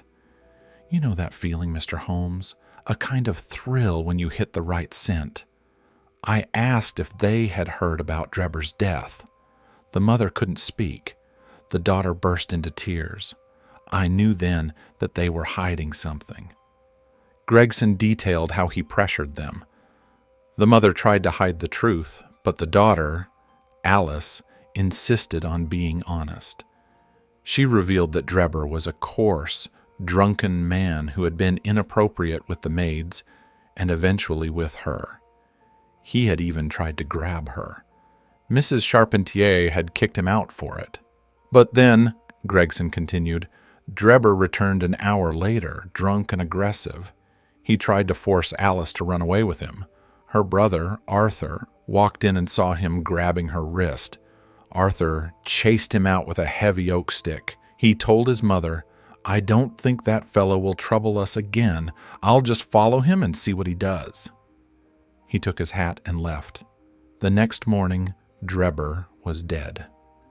Gregson looked triumphant. I found out where the lieutenant was, took 2 officers, and arrested him. When I touched his shoulder, he said, "I suppose you are arresting me for the death of that scoundrel Drebber." We hadn't even mentioned it yet. It was incredibly suspicious. Very, Holmes agreed. He still had the heavy oak stick, Gregson added. My theory is that he followed Drebber to Brixton Road, they fought, and Arthur killed him with a blow to the stomach, the kind that leaves no mark. He dragged the body into the empty house. All that stuff with the blood and the writing on the wall was just to confuse the police. Well done, Gregson, Holmes said encouragingly. You are really making progress. I think I've handled it neatly, Gregson said proudly. The young man claims he followed Drebber, but Drebber took a cab to escape him. Arthur then claims he met an old friend and went for a long walk, but he can't say where the friend lives. It's a clear case. It's just funny to think of Lestrade on the wrong trail. Why, here he is now. Lestrade entered the room, but he didn't look his usual cocky self. He was disheveled, untidy, and clearly troubled. He seemed embarrassed to see Gregson there. This is a most extraordinary case, Lestrade said at last. Incomprehensible. Oh, you think so? Gregson cried triumphantly. Did you find the secretary, Mr. Stangerson? The secretary, Mr. Joseph Stangerson, Lestrade said gravely, was murdered at Halliday's private hotel about 6 o'clock this morning. Chapter 7. Light in the Darkness. The news Lestrade brought was so momentous and unexpected that all 3 of us were completely stunned. Gregson sprang from his chair, knocking over the rest of his drink. I stared in silence at Sherlock Holmes, whose lips were pressed together and his brows drawn low over his eyes. Stangerson, too, he muttered. The plot thickens. It was thick enough already, Lestrade grumbled, taking a seat. I seem to have walked into a council of war. Are you sure of this? Gregson stammered. I have just come from his room, said Lestrade. I was the first to discover what had happened. We've been hearing Gregson's theory, Holmes observed. Would you mind telling us what you've seen and done? I have no objection, Lestrade answered.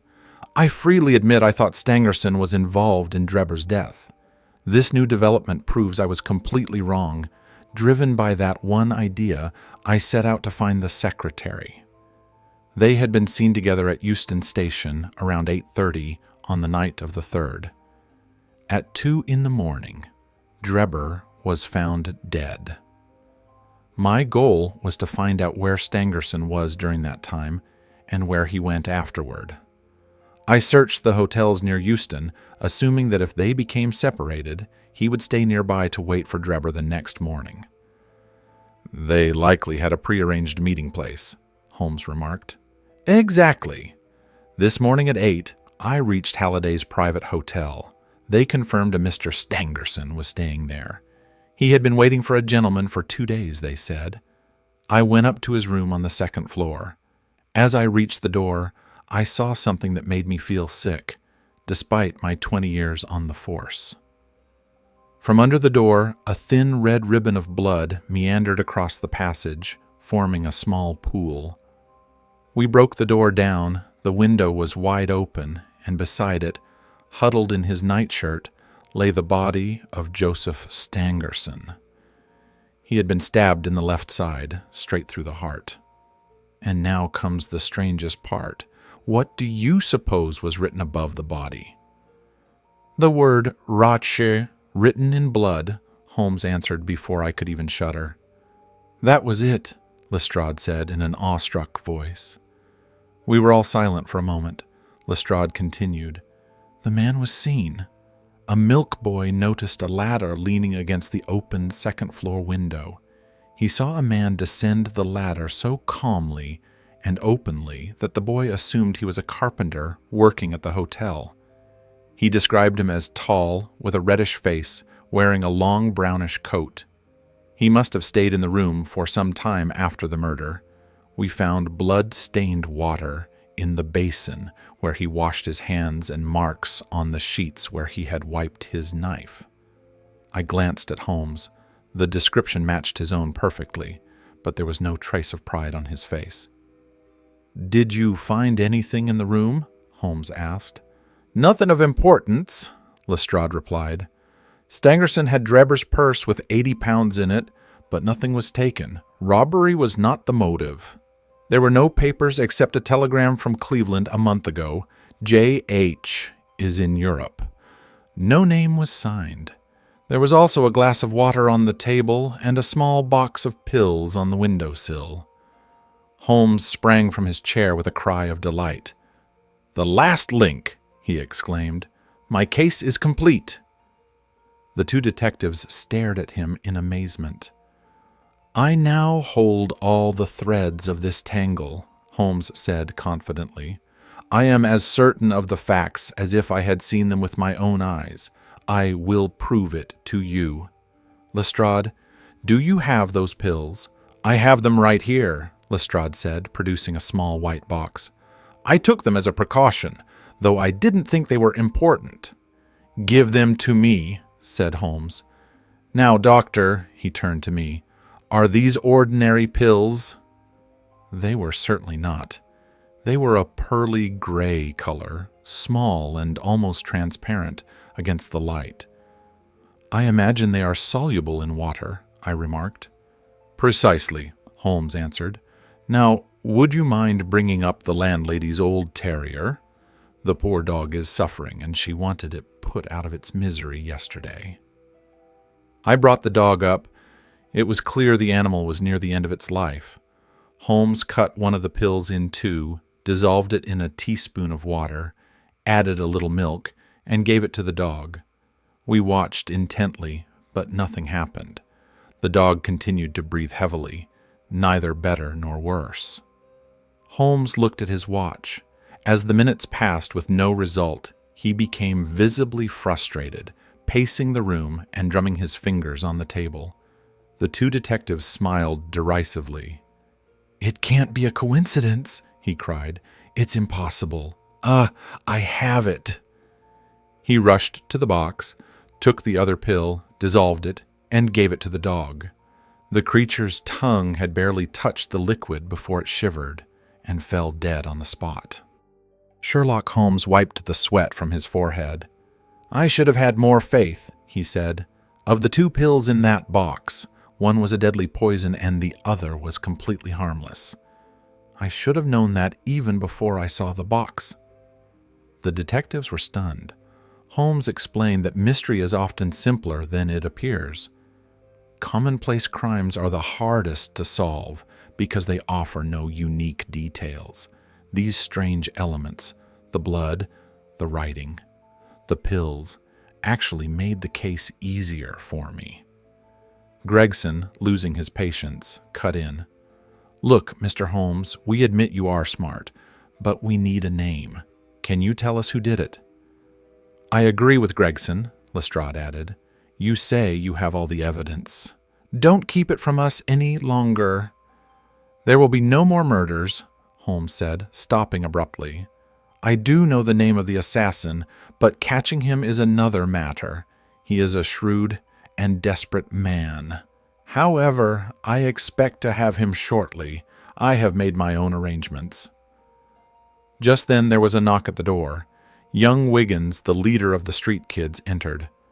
"Please, sir," he said, "I have the cab downstairs." "Good boy," said Holmes. He took a pair of steel handcuffs from a drawer. "See how beautifully these work? They fasten in an instant." "The old ones are good enough," Lestrade remarked, "if we can only find the man to put them on." "Very good," Holmes smiled. "Cabman, could you help me with my luggage? Just step up here, please." A cabman entered the room with a sullen, defiant look. Holmes was kneeling over a small suitcase, struggling with a strap. "Give me a hand with this buckle, cabman," he said without looking up. The man stepped forward and reached down. In that instant there was a sharp click and the sound of metal. Holmes sprang to his feet. "Gentlemen," he cried, his eyes flashing, "let me introduce you to Mr. Jefferson Hope, the murderer of Enoch Drebber and Joseph Stangerson." It happened so fast I barely realized it. The cabman stood dazed for a second, staring at the handcuffs on his wrists. Then, with a roar of fury, he broke free and lunged through the window. Glass shattered everywhere, but Gregson, Lestrade, and Holmes tackled him like hunting dogs. A desperate struggle followed. The man had the strength of a giant, but finally Lestrade managed to half-strangle him until he went limp. We tied his feet as well as his hands. "We have his cab," Holmes said, breathing hard but smiling. "It will take him to Scotland Yard. And now, gentlemen, the mystery is over. You may ask me any questions you like." Part 2. The Country of the Saints. Chapter 1. On the Great Alkali Plain. In the central portion of the North American continent lies an arid and repulsive desert. For many years it served as a barrier against the progress of civilization. From the Sierra Nevada to Nebraska, and from the Yellowstone River in the north to the Colorado in the south, it is a region of desolation and silence. Nature takes many forms in this grim district, from snow-capped mountains to dark, gloomy valleys. There are swift rivers rushing through jagged canyons and enormous plains that are white with snow in winter and gray with saline alkali dust in summer. Despite this variety, the common themes remain: barrenness, hostility, and misery. The land of despair has no permanent inhabitants. A band of Pawnee or Blackfeet may occasionally cross it to reach other hunting grounds, but even the bravest warriors are glad to leave these awesome plains behind and return to the prairies. The coyote hides in the scrub, the buzzard circles heavily in the air, and the grizzly bear wanders through dark ravines, scavenging for food among the rocks. These are the only dwellers in this wilderness. Nowhere in the world is there a view more dreary than the one from the northern slope of the Sierra Blanco. As far as the eye can see, the flat plain stretches out, dusted with alkali and dotted with clumps of stunted chaparral bushes. On the distant horizon lies a chain of mountain peaks, their rugged summits flecked with snow. In this vast landscape, there is no sign of life. There is no bird in the steel blue sky, no movement on the dull gray earth. Above all, there is absolute silence, a complete, heart-crushing silence. It would be a mistake to say there is nothing belonging to life on this broad plain. Looking down from the Sierra Blanco, one can see a pathway traced across the desert, winding away into the distance. It is rutted by wheels and trodden down by the feet of many adventurers.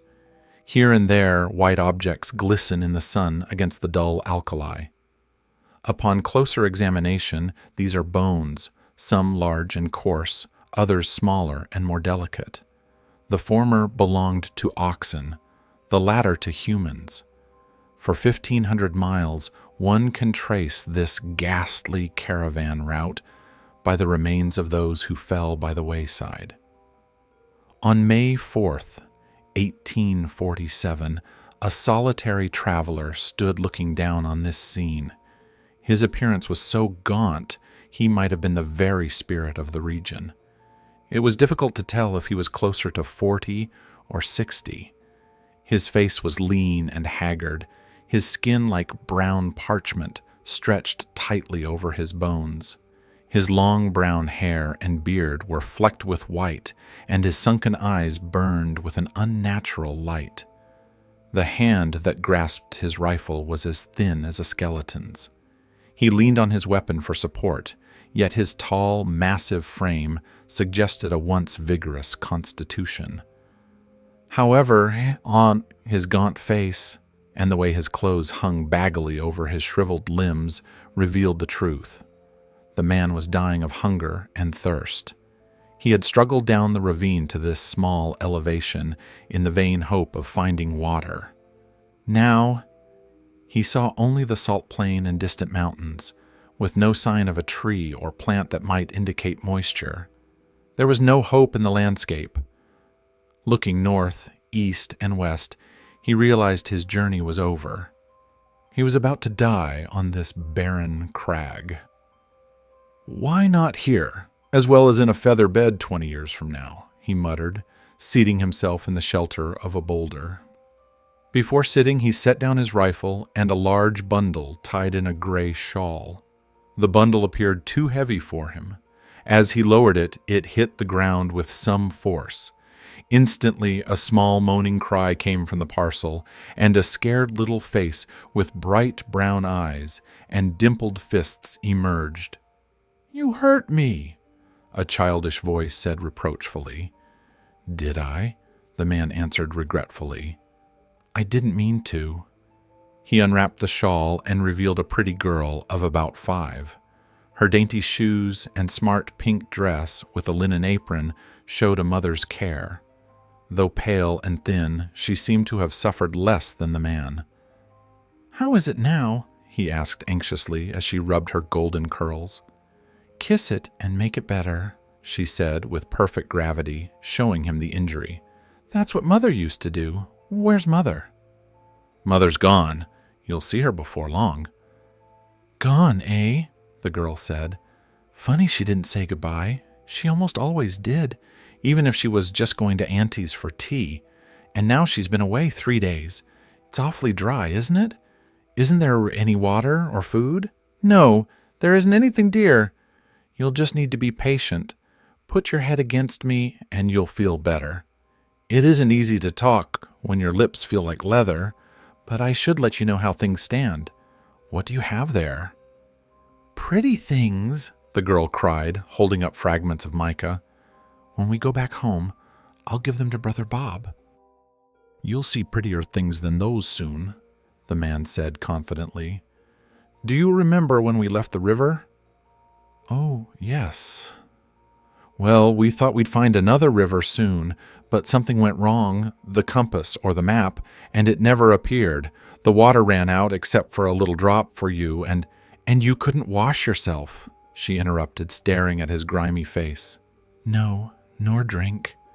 Mr. Bender was the first to go, then Indian Pete, then Mrs. McGregor, then Johnny Hones, and then dear, your mother." "Then Mother is dead too," the girl cried, burying her face in her apron and sobbing. "Yes, everyone went except you and me. I thought there was a chance for water this way, so I carried you here. It doesn't seem to have helped. There's almost no chance for us now." "Do you mean we are going to die too?" she asked, stopping her sobs. "I suppose that's the truth of it." "Why didn't you say so before?" she said, laughing. "You gave me such a fright. If we die, we'll be with Mother again." "Yes, you will, dear. And you too. I'll tell her how good you've been. I bet she meets us with a big pitcher of water and buckwheat cakes. How long will it be?" "I don't know. Not long." The man looked at the horizon. 3 brown birds, buzzards, were circling above them. They settled on nearby rocks, waiting for the end. "Cocks and hens!" the girl cried, clapping her hands. "Did God make this country?" "Of course he did," her companion replied, startled. "He made Illinois and the Missouri," she continued. "I think someone else made this part. They forgot the water and the trees." "What would you think of saying a prayer?" the man asked. "It isn't night yet," she answered. "It doesn't matter. He won't mind. Say the ones you used to say in the wagon." "Why don't you say some?" "I've forgotten them," he admitted. "I haven't prayed since I was half the height of this gun, but it's never too late. You say them and I'll join in." They knelt together on the shawl, the innocent child and the hardened adventurer, offering a heartfelt plea to heaven. When the prayer was finished, they sat back in the shadow of the boulder until the child fell asleep against the man's chest.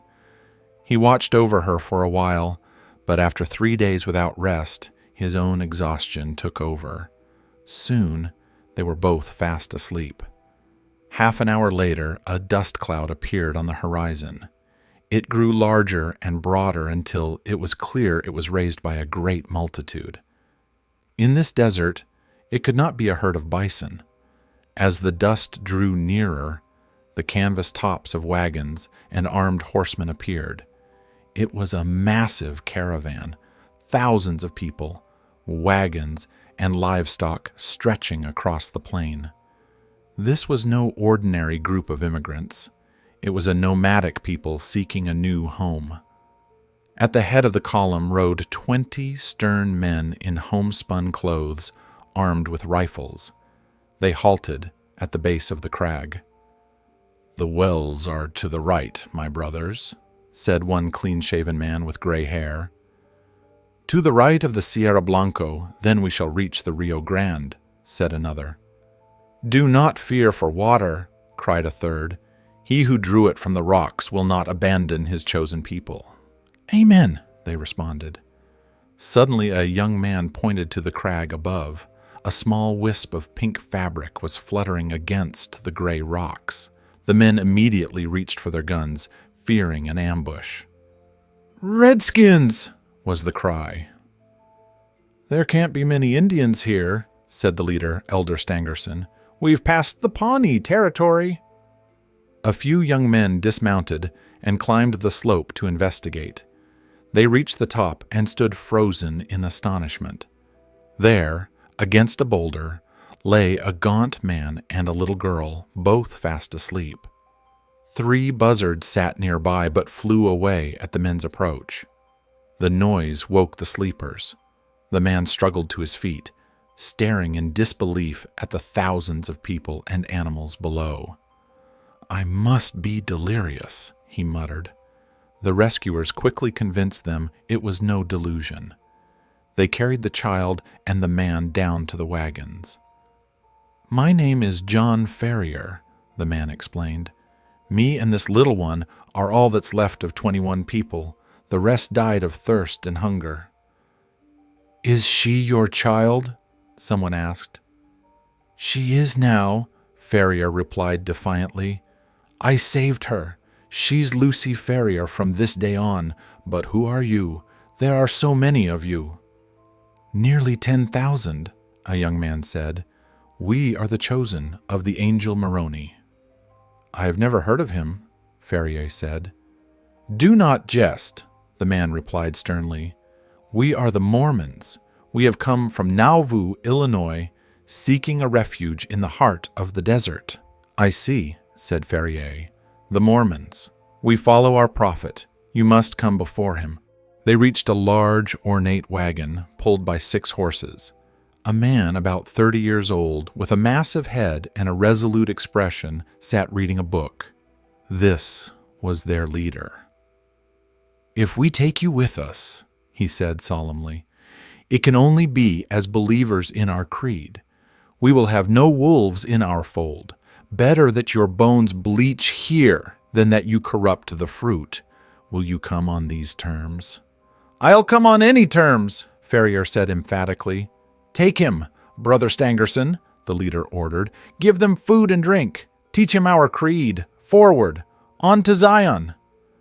"On to Zion," the crowd echoed. The great caravan moved again. The elder led them to his wagon. "You shall remain here," he said. "In a few days you will recover. In the meantime, remember that you belong to our religion. Brigham Young has said it, and he speaks with the voice of God. Chapter 2. The Flower of Utah. This is not the place to recount the immense trials and hardships the Mormon immigrants endured before reaching their final haven. From the banks of the Mississippi to the western slopes of the Rocky Mountains, they struggled onward with a persistence almost unparalleled in history. Savage tribes, wild beasts, hunger, thirst, fatigue, and disease, every obstacle nature could devise, were overcome with iron determination. Yet the long journey and its accumulated terrors had shaken even the strongest hearts. There was not one among them who did not sink to their knees in heartfelt prayer when they finally saw the broad valley of Utah bathed in sunlight below them. Their leader announced that this was the promised land, and these virgin acres were to be theirs forever. Brigham Young quickly proved to be a skilled administrator as well as a resolute chief. Maps were drawn and plans prepared for a future city. Farms were apportioned and allotted based on each person's standing. Tradesmen were put to their trades, and artisans to their callings. In the town, streets and squares sprang up as if by magic. In the countryside, there was constant draining, planting, and clearing, until the following summer saw the entire region golden with wheat. Everything prospered in this unique settlement. Above all, the great temple they built in the center of the city grew taller and larger every day.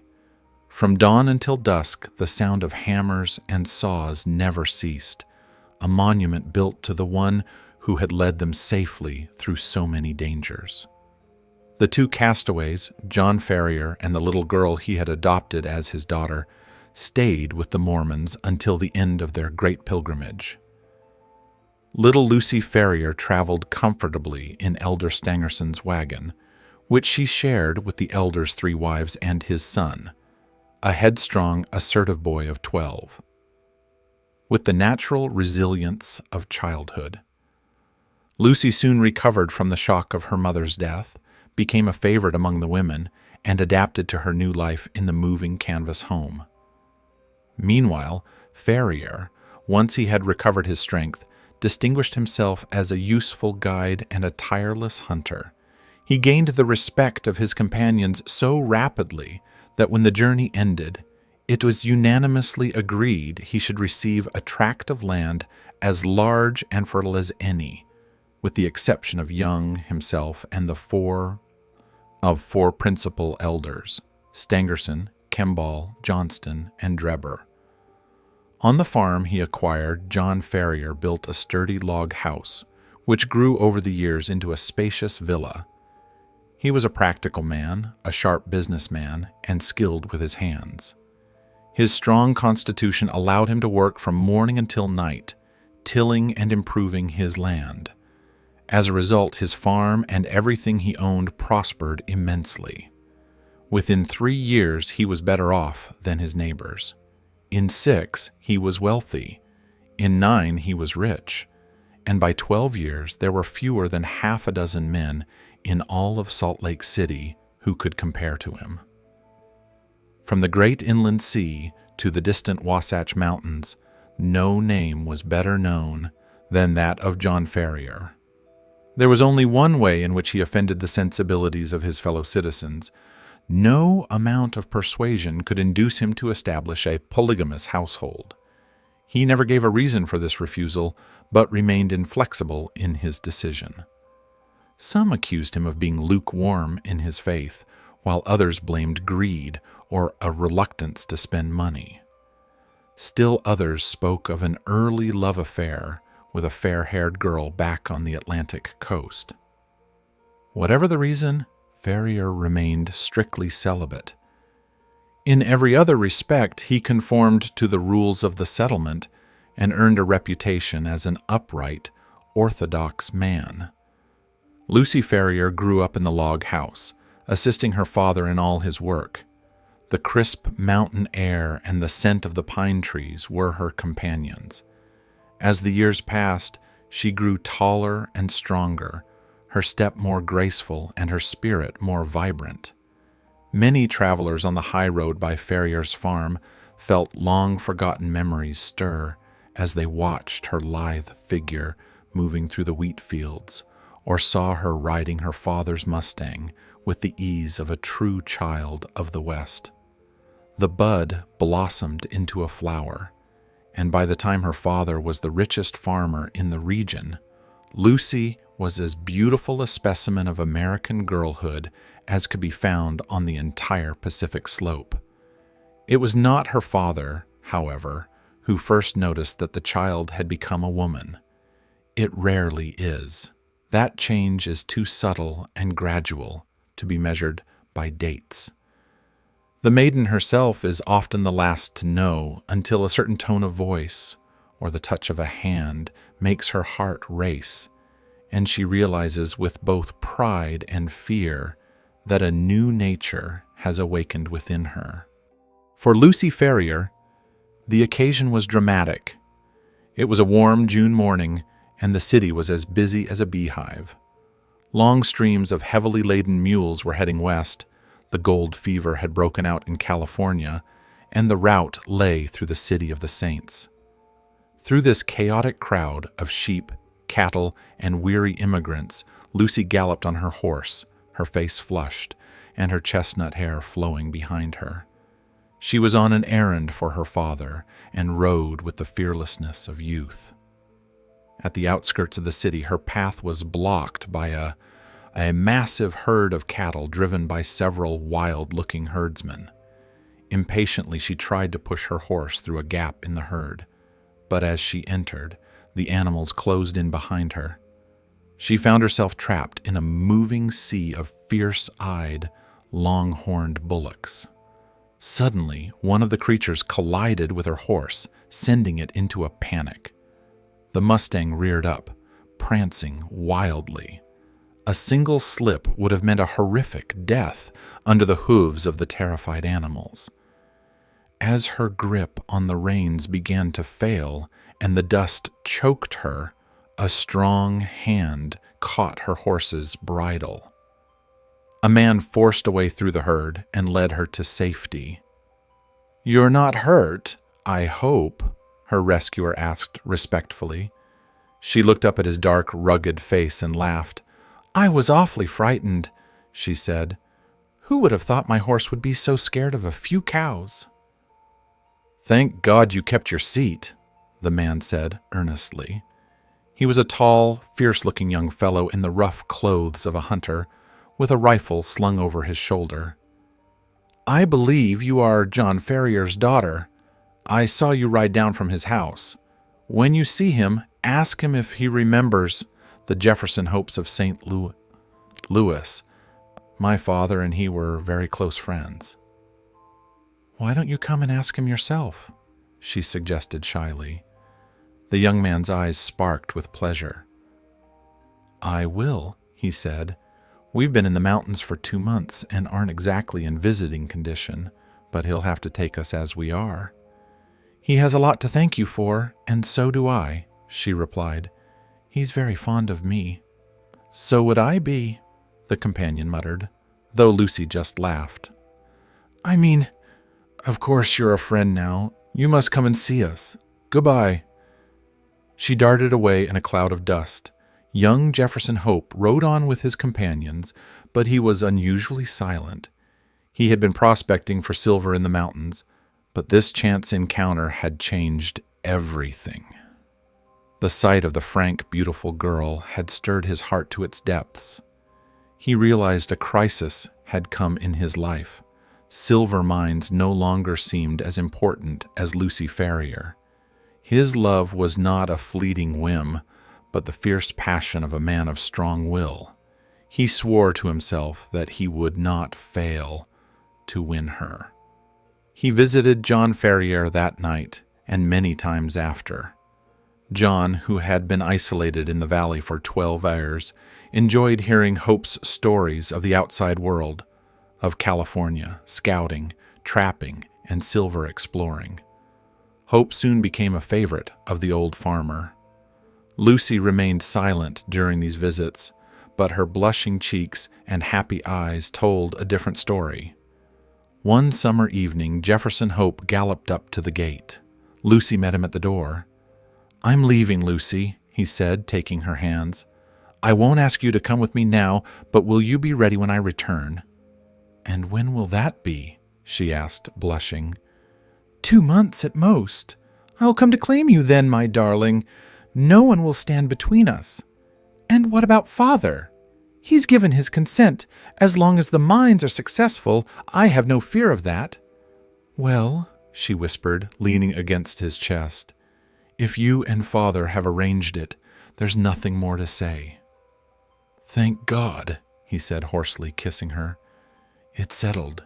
In 2 months you'll see me again." He tore himself away, mounted his horse, and galloped off without looking back. Lucy stood at the gate, watching until he vanished, the happiest girl in all of Utah. Chapter 3. John Ferrier Talks with the Prophet. 3 weeks had passed since Jefferson Hope and his comrades left Salt Lake City. John Ferrier felt a heavy weight in his heart when he thought of the young man's return and the impending loss of his adopted child. Yet, seeing Lucy's bright and happy face reconciled him to the arrangement more than any argument could have.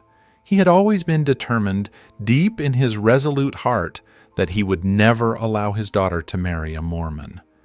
He regarded such a union not as a marriage at all, but as a shame and a disgrace. On that one point, he was inflexible.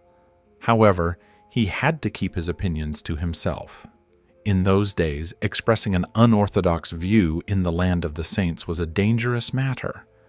Yes, dangerous. So dangerous that even the most devout whispered their opinions with bated breath, fearing that a stray word might be misinterpreted and bring down swift retribution. The victims of past persecution had now become persecutors themselves, and of the most terrifying kind. Neither the Spanish Inquisition nor the secret societies of Italy ever moved with a more formidable or invisible machinery than that which cast a shadow over the state of Utah. The organization's invisibility and mystery made it doubly terrifying. It seemed all-knowing and all-powerful, yet it was neither seen nor heard. Anyone who opposed the church simply vanished. No one knew where they went or what had happened to them. Their families waited at home, but the fathers never returned to tell their stories. A rash word or a hasty act resulted in total annihilation, yet the nature of this looming power remained a mystery. It was no wonder that men lived in fear and trembling, never daring to whisper their doubts even in the heart of the wilderness.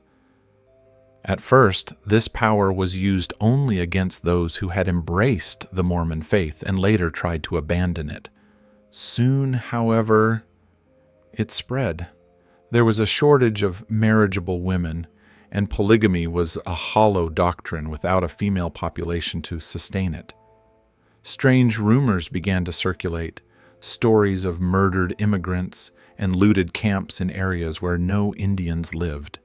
New women appeared in the households of the elders, women who wept constantly and bore the marks of an unquenchable horror on their faces. Travelers in the mountains spoke of armed, masked men flitting through the darkness. These rumors eventually coalesced into a terrifying name: the Day-Night Band, or the Avenging Angels. Knowing more about the organization only increased the horror. No one knew who belonged to this ruthless society. The names of those who committed acts of violence in the name of religion were a profound secret. The very friend to whom you confessed your doubts about the prophet might be one of those who would return at night with fire and sword. Consequently, every man feared his neighbor, and no one spoke of what was truly in their heart. One fine morning, John Ferrier was about to head to his wheat fields when he heard the click of the gate. Looking through the window, he saw a stout, sandy-haired, middle-aged man walking up the path. His heart jumped into his throat. It was the great Brigham Young himself. Filled with dread, for he knew such a visit meant trouble, Ferrier ran to the door. The Mormon leader received his greeting coldly and followed him sternly into the living room. "Brother Ferrier," Young began, sitting down and eyeing the farmer keenly, "the true believers have been good friends to you. We found you starving in the desert, shared our food, led you to this valley, gave you land, and allowed you to grow rich under our protection? Is this not true?" "It is true," John Ferrier answered. "In return, we asked only one thing, that you embrace the true faith and follow its customs. You promised to do so, but reports suggest you have neglected this." "How have I neglected it?" Ferrier asked defensively. "Have I not donated to the common fund? Have I not attended the temple?" "Where are your wives?" Young asked, looking around. "Call them in so I may greet them." "I have not married," Ferrier replied. "But women were scarce, and many had better claims than I. I wasn't lonely. I had my daughter to look after me." "It is about your daughter that I wish to speak," said the leader. "She has become the flower of Utah and has caught the eye of many high-ranking men." Ferrier groaned inwardly. "There are stories I would like to disbelieve, stories that she is engaged to some Gentile, non-Mormon. This must be idle gossip. What is the 13th rule of Joseph Smith? Let every maiden of the true faith marry one of the elect, for if she weds a Gentile, she commits a grievous sin. As a believer, you cannot allow your daughter to violate this law." Ferrier said nothing, but he played nervously with his riding whip. "Your entire faith will be tested on this one point. The Sacred Council of Four has decided it. Your daughter is young, and we do not wish to force her to marry an old man, nor do we want to deprive her of a choice. We, elders, have many wives, but our sons must also be provided for. Stangerson has a son, and Drebber has a son. Either would gladly welcome your daughter. Let her choose between them. They are young, wealthy, and of the true faith. What do you say to that?" Ferrier remained silent, his brow furrowed. "Give us time," he said at last. "My daughter is very young, hardly of age to marry." "She shall have 1 month to choose," Young said, rising. "At the end of that time, she must give her answer." He was halfway through the door when he turned back with a flushed face and flashing eyes. "It would be better for you, John Ferrier," he thundered, "that you both were skeletons on the Sierra Blanco than that you should pit your weak wills against the orders of the Holy Four."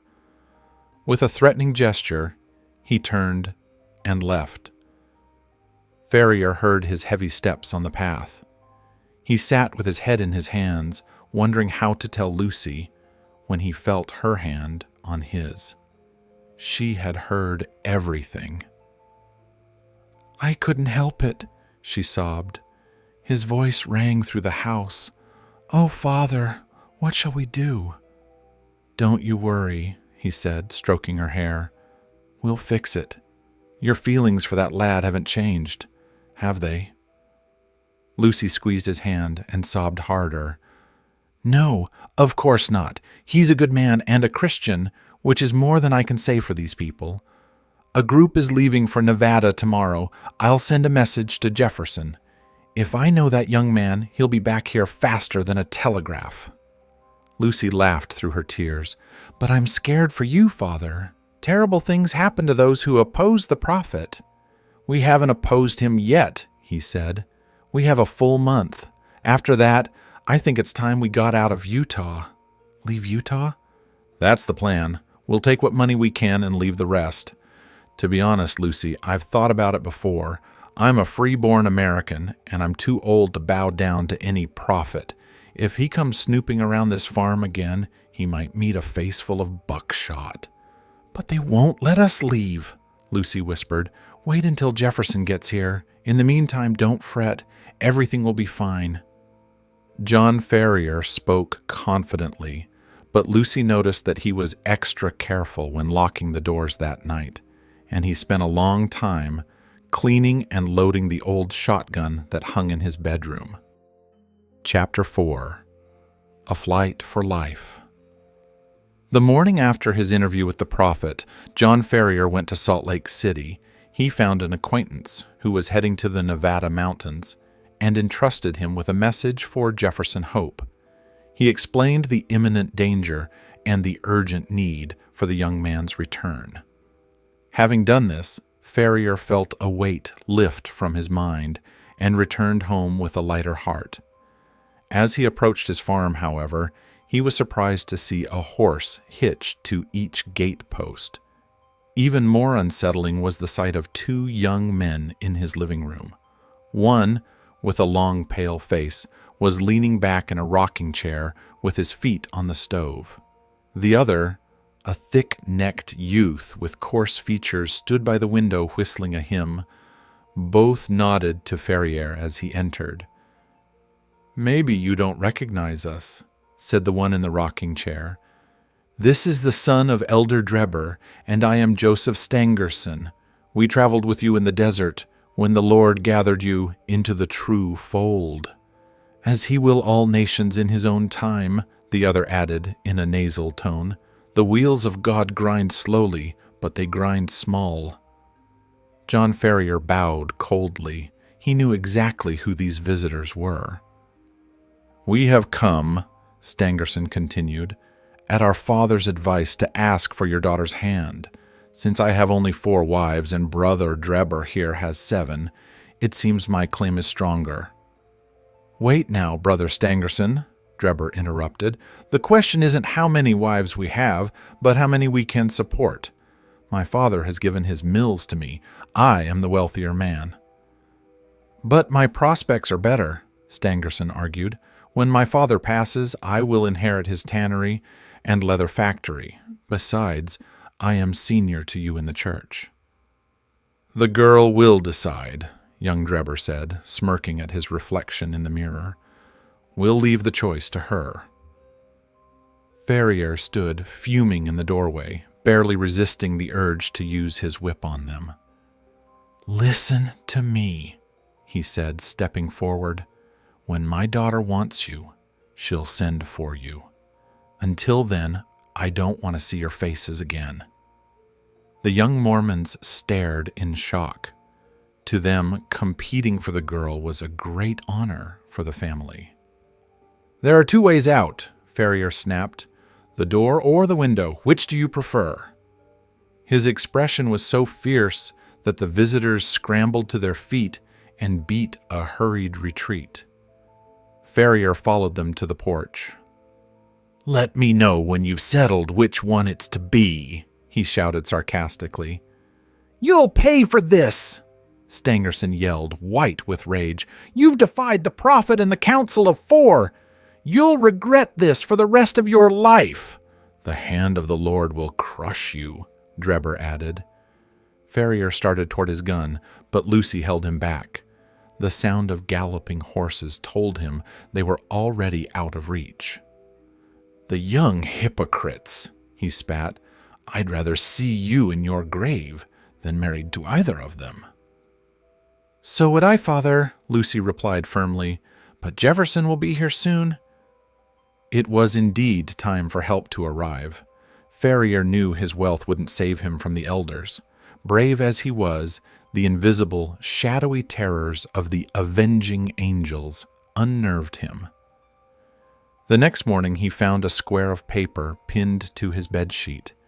In bold, jagged letters, it read, 29 days are given you for amendment. And then, the dash was more frightening than any specific threat.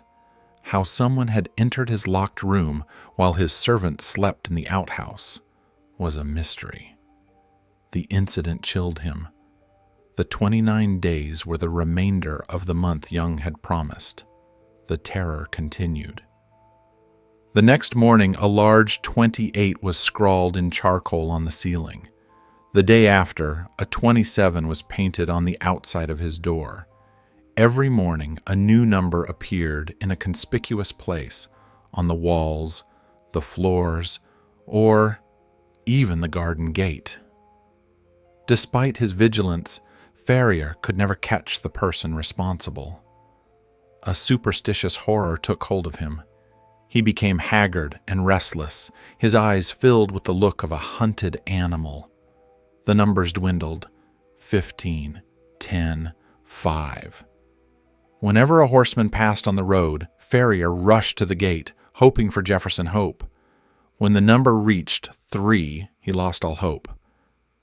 He was trapped. The roads were guarded, and escape seemed impossible. Yet, he never wavered. He would die before dishonoring his daughter. On the evening when a 2 had appeared on the wall, Ferrier sat in despair. Suddenly, he heard a gentle scratching at the door. He crept into the hall, his heart racing. Was it an assassin? He threw the door open. Outside, the night was calm and silent. No one was there. Then, looking down, he saw a man lying flat on the ground. The figure writhed into the hall as silently as a snake. Once inside, the man sprang up and closed the door. It was Jefferson Hope. "Good God!" Ferrier gasped. "You nearly scared me to death." "Give me food," Hope said hoarsely. I haven't eaten in 48 hours. He devoured the bread and meat on the table. "Is Lucy okay?" "Yes, she doesn't know the full extent of the danger." "Good. The house is watched on all sides. I had to crawl past them. They're sharp, but not sharp enough for a Washoe hunter." Ferrier felt a surge of hope. With an ally like this, anything was possible. "What's the plan?" "Tomorrow is your last day. We act tonight. I have a mule and horses waiting in Eagle Ravine. We'll push for Carson City through the mountains." They prepared quickly. Lucy was woken and told to pack only her most valued possessions. Jefferson packed water and food, knowing the mountain wells were dry. "The front and back are watched," Hope whispered. "We'll go through the side window and across the fields. We're only 2 miles from the horses." They extinguished the lights. Ferrier looked one last time at the fields he was abandoning. He carried the gold and notes, $7,000 in total. They climbed out the window into the darkness. They were halfway across the fields when Hope suddenly pulled them down into the shadows. His lynx-like ears had caught a sound. A mountain owl hooted nearby. Another answered. 2 shadowy figures appeared in the gap of the hedge. "Tomorrow at midnight," said one. "When the whip-poor will calls 3 times. I'll tell Brother Drebber. 9 to 7? 7 to 5, the other replied. As soon as the sentries vanished, Hope led them forward at a run. "We're through the first line," he panted. "Speed is everything now." They reached the rugged path leading to Eagle Canyon.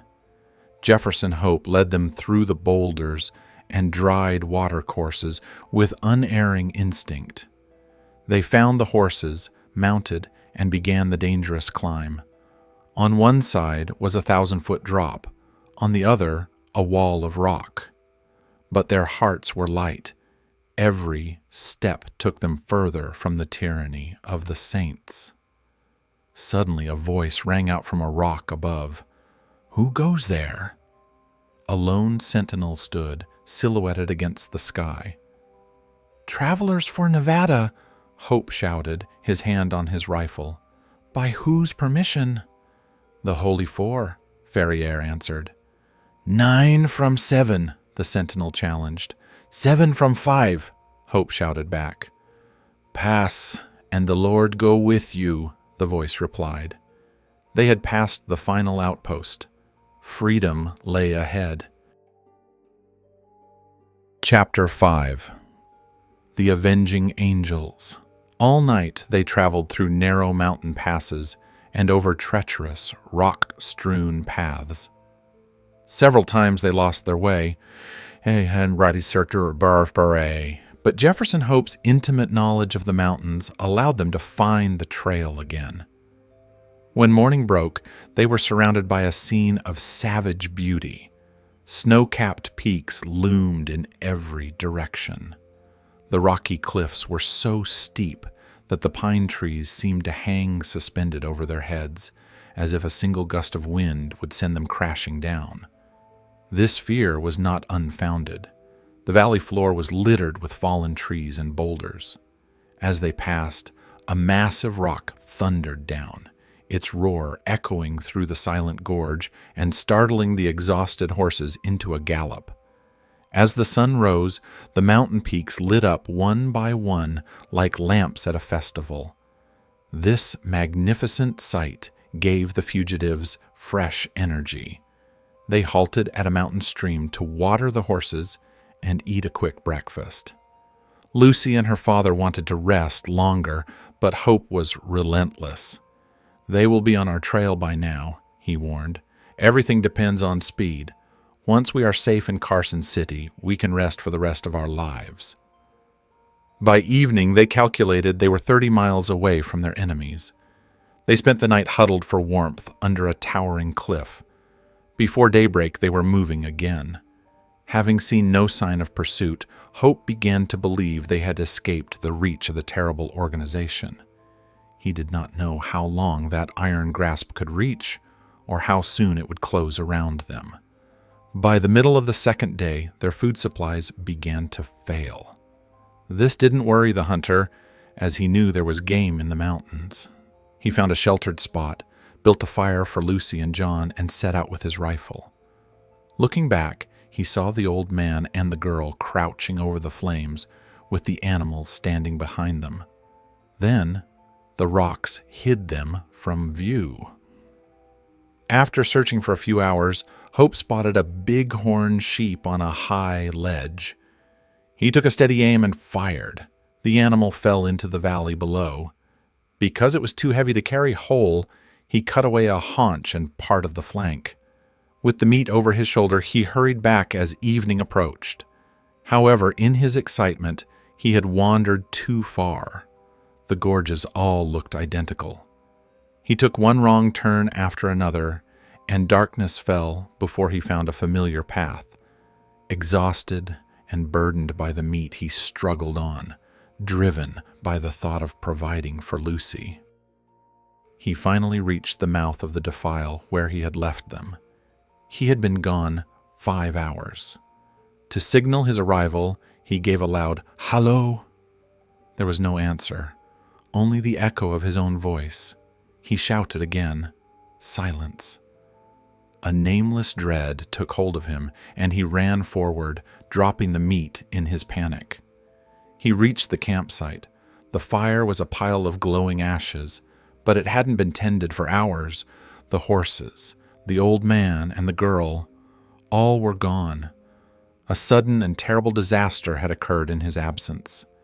Stunned, Hope had to lean on his rifle to keep from falling, but he quickly recovered.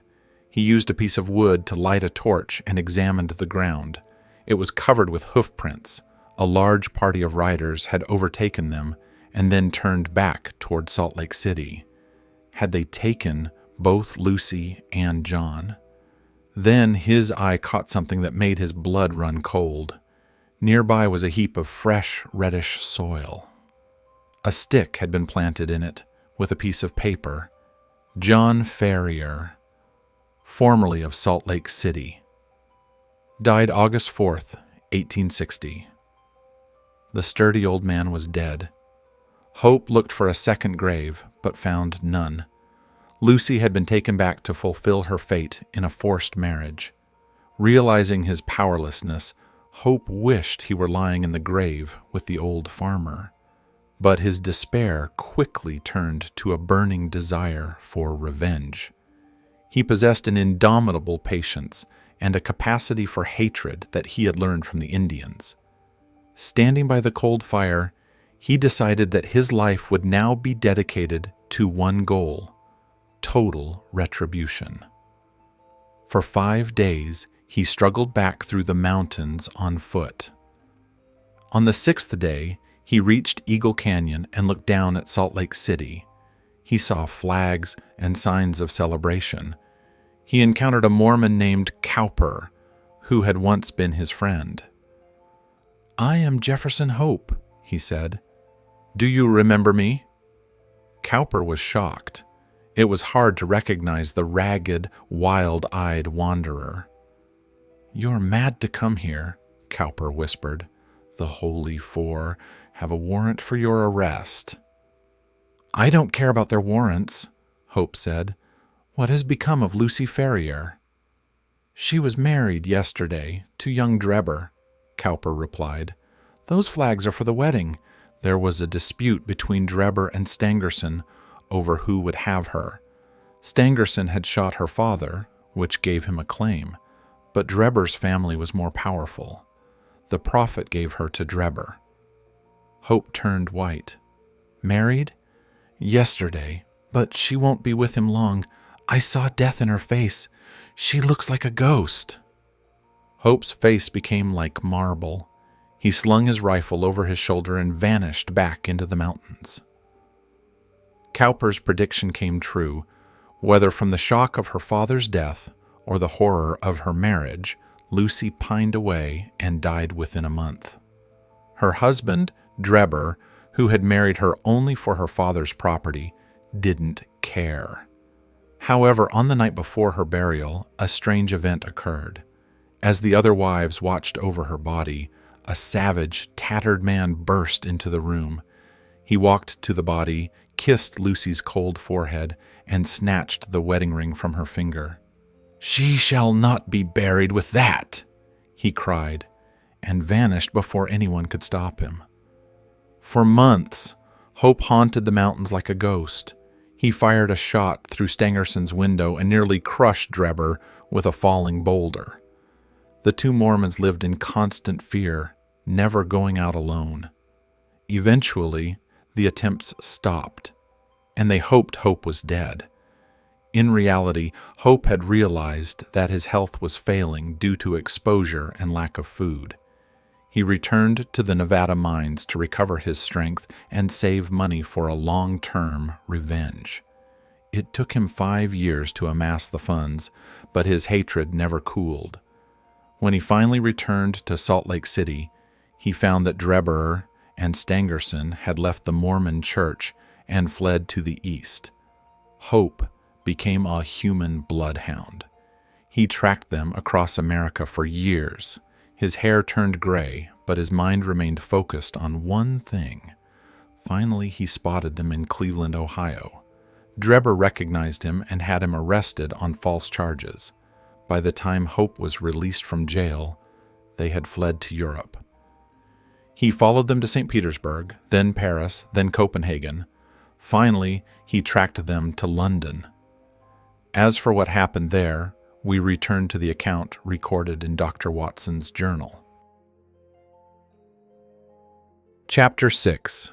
The Reminiscences of Dr. Watson. Our prisoner's violent resistance didn't seem to reflect any personal animosity toward us. Once he realized he was overpowered, he smiled affably and hoped he hadn't hurt anyone in the scuffle.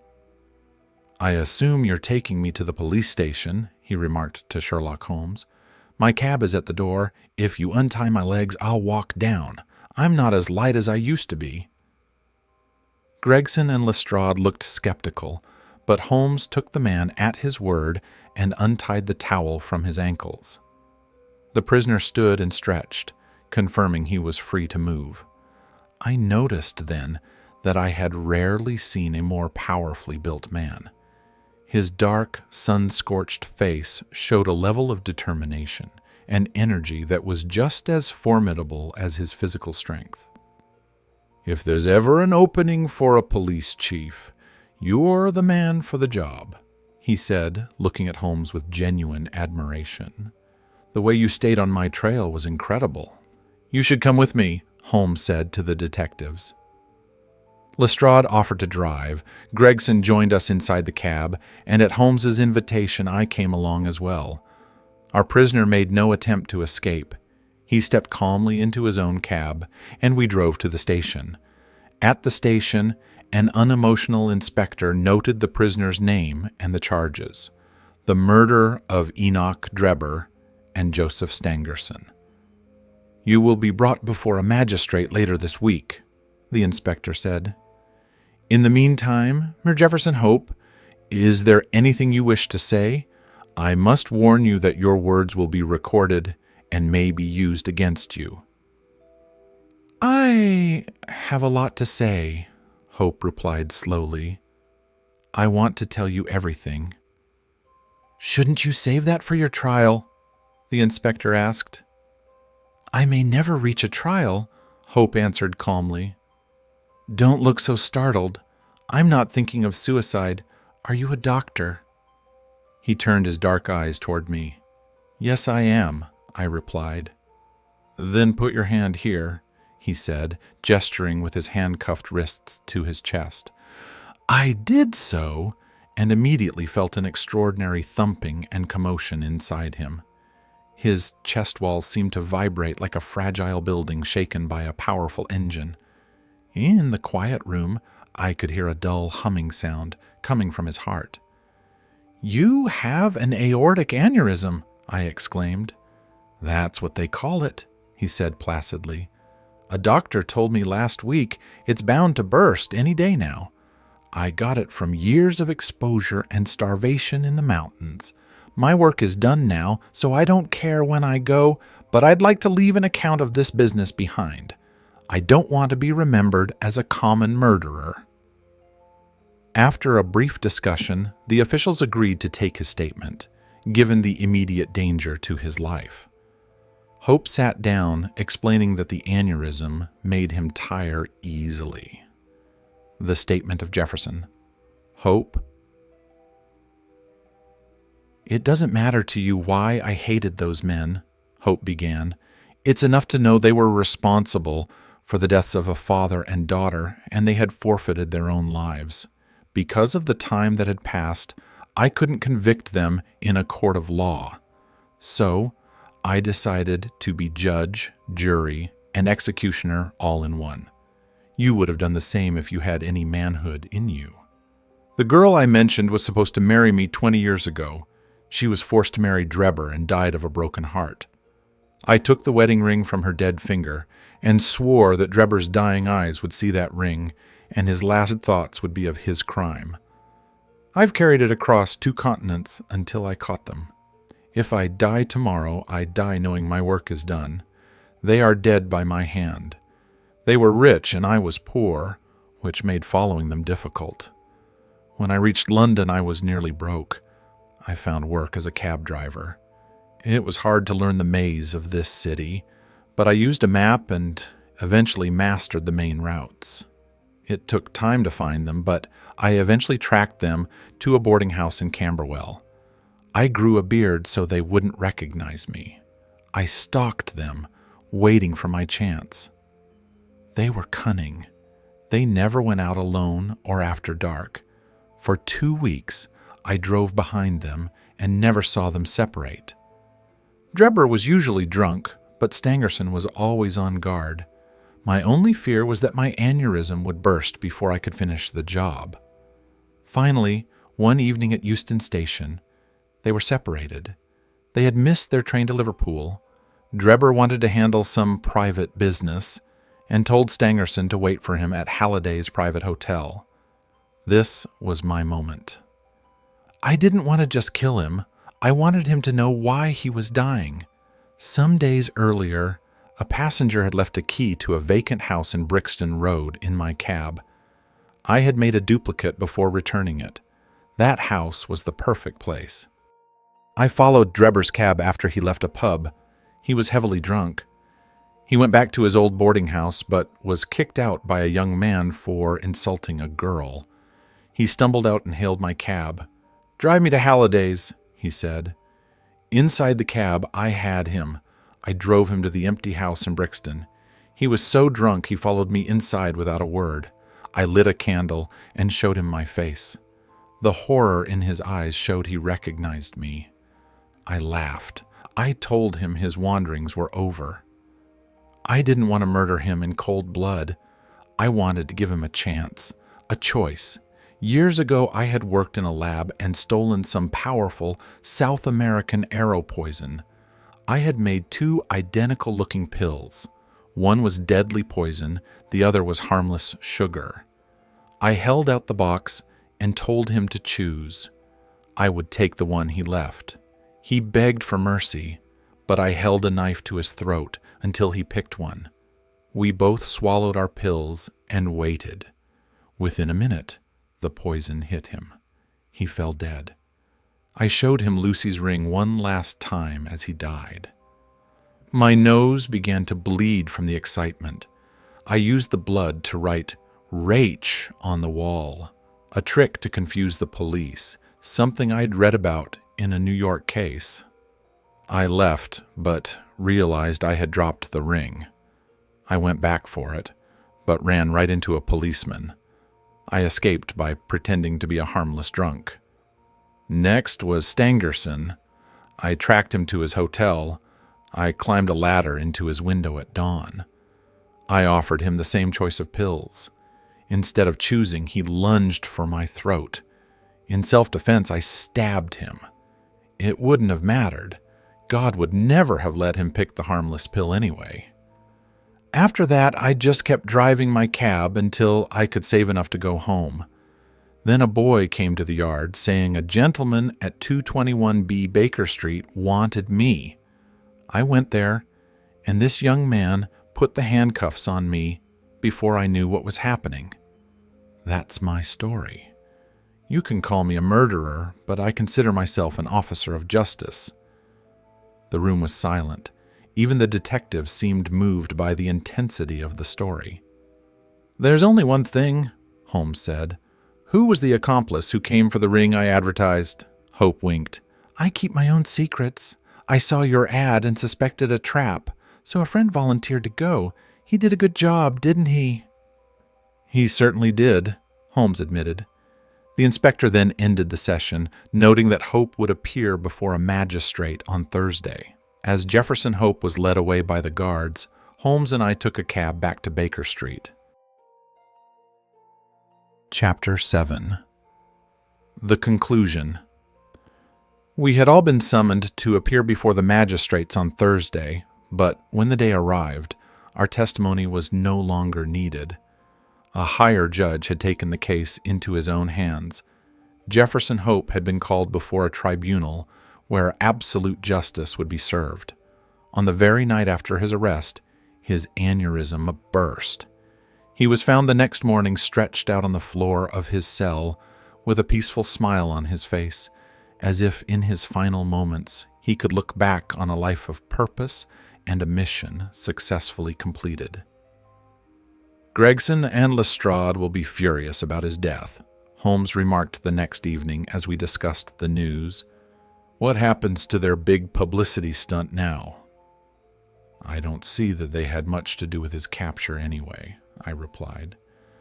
"What you actually do in this world is of no importance," Holmes returned bitterly. "The only question is, what can you make people believe you have done? Never mind," he added more brightly after a moment. "I wouldn't have missed this investigation for anything. It was an excellent case, simple as it was. It had several very instructive points." "Simple?" I exclaimed. "Well, it really can't be described any other way," Holmes said, smiling at my surprise.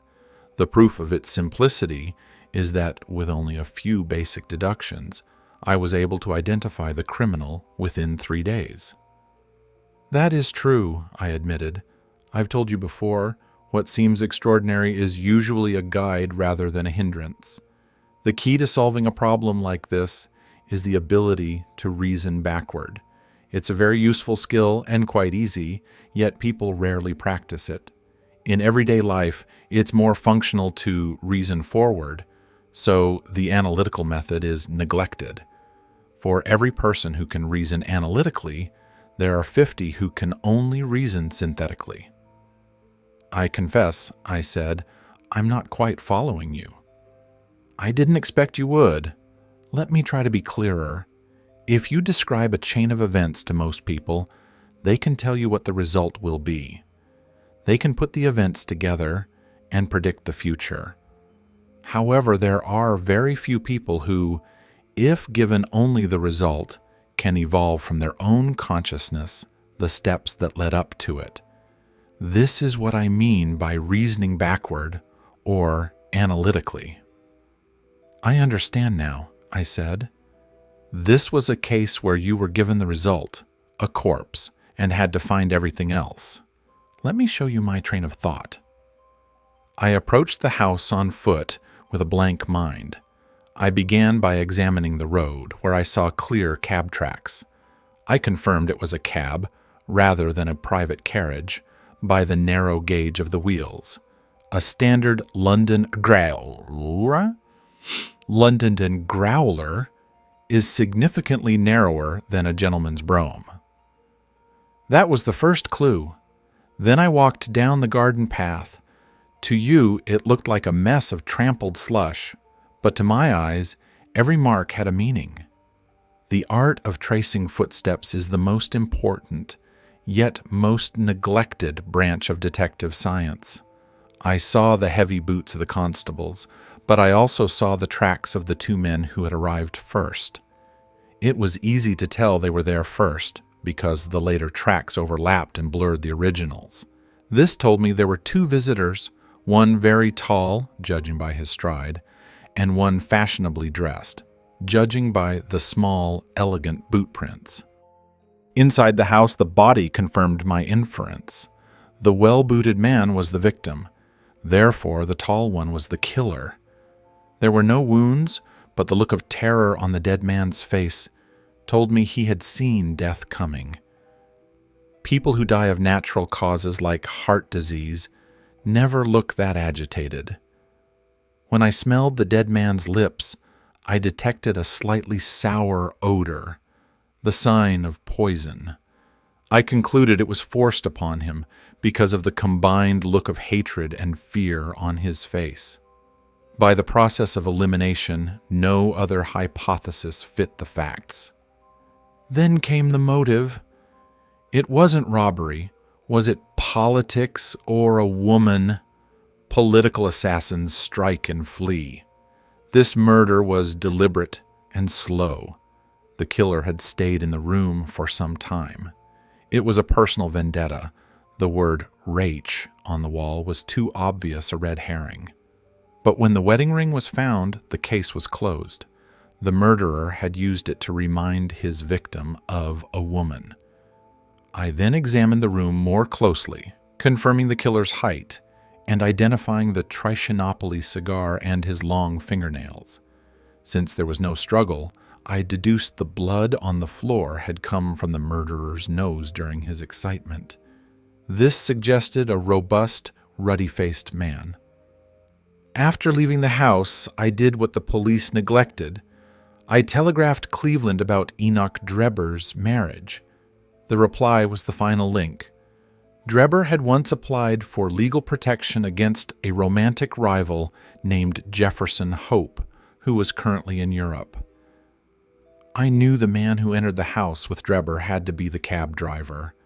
The horse's tracks showed it had wandered aimlessly, which only happens if the driver is absent. And why would a killer commit a crime in front of a third-party witness? To follow someone through London without suspicion, there is no better disguise than a cab driver. I assumed he was still working as a driver to avoid suspicion. I sent my street Arab scouts to every cab owner in London until they found him. The rest you know. The murder of Stangerson was a tragedy I couldn't prevent, but it gave me the pills I had already suspected existed. It was a perfect logical chain. "It's wonderful!" I cried. "You deserve public recognition. You should publish the case. If you won't, I will."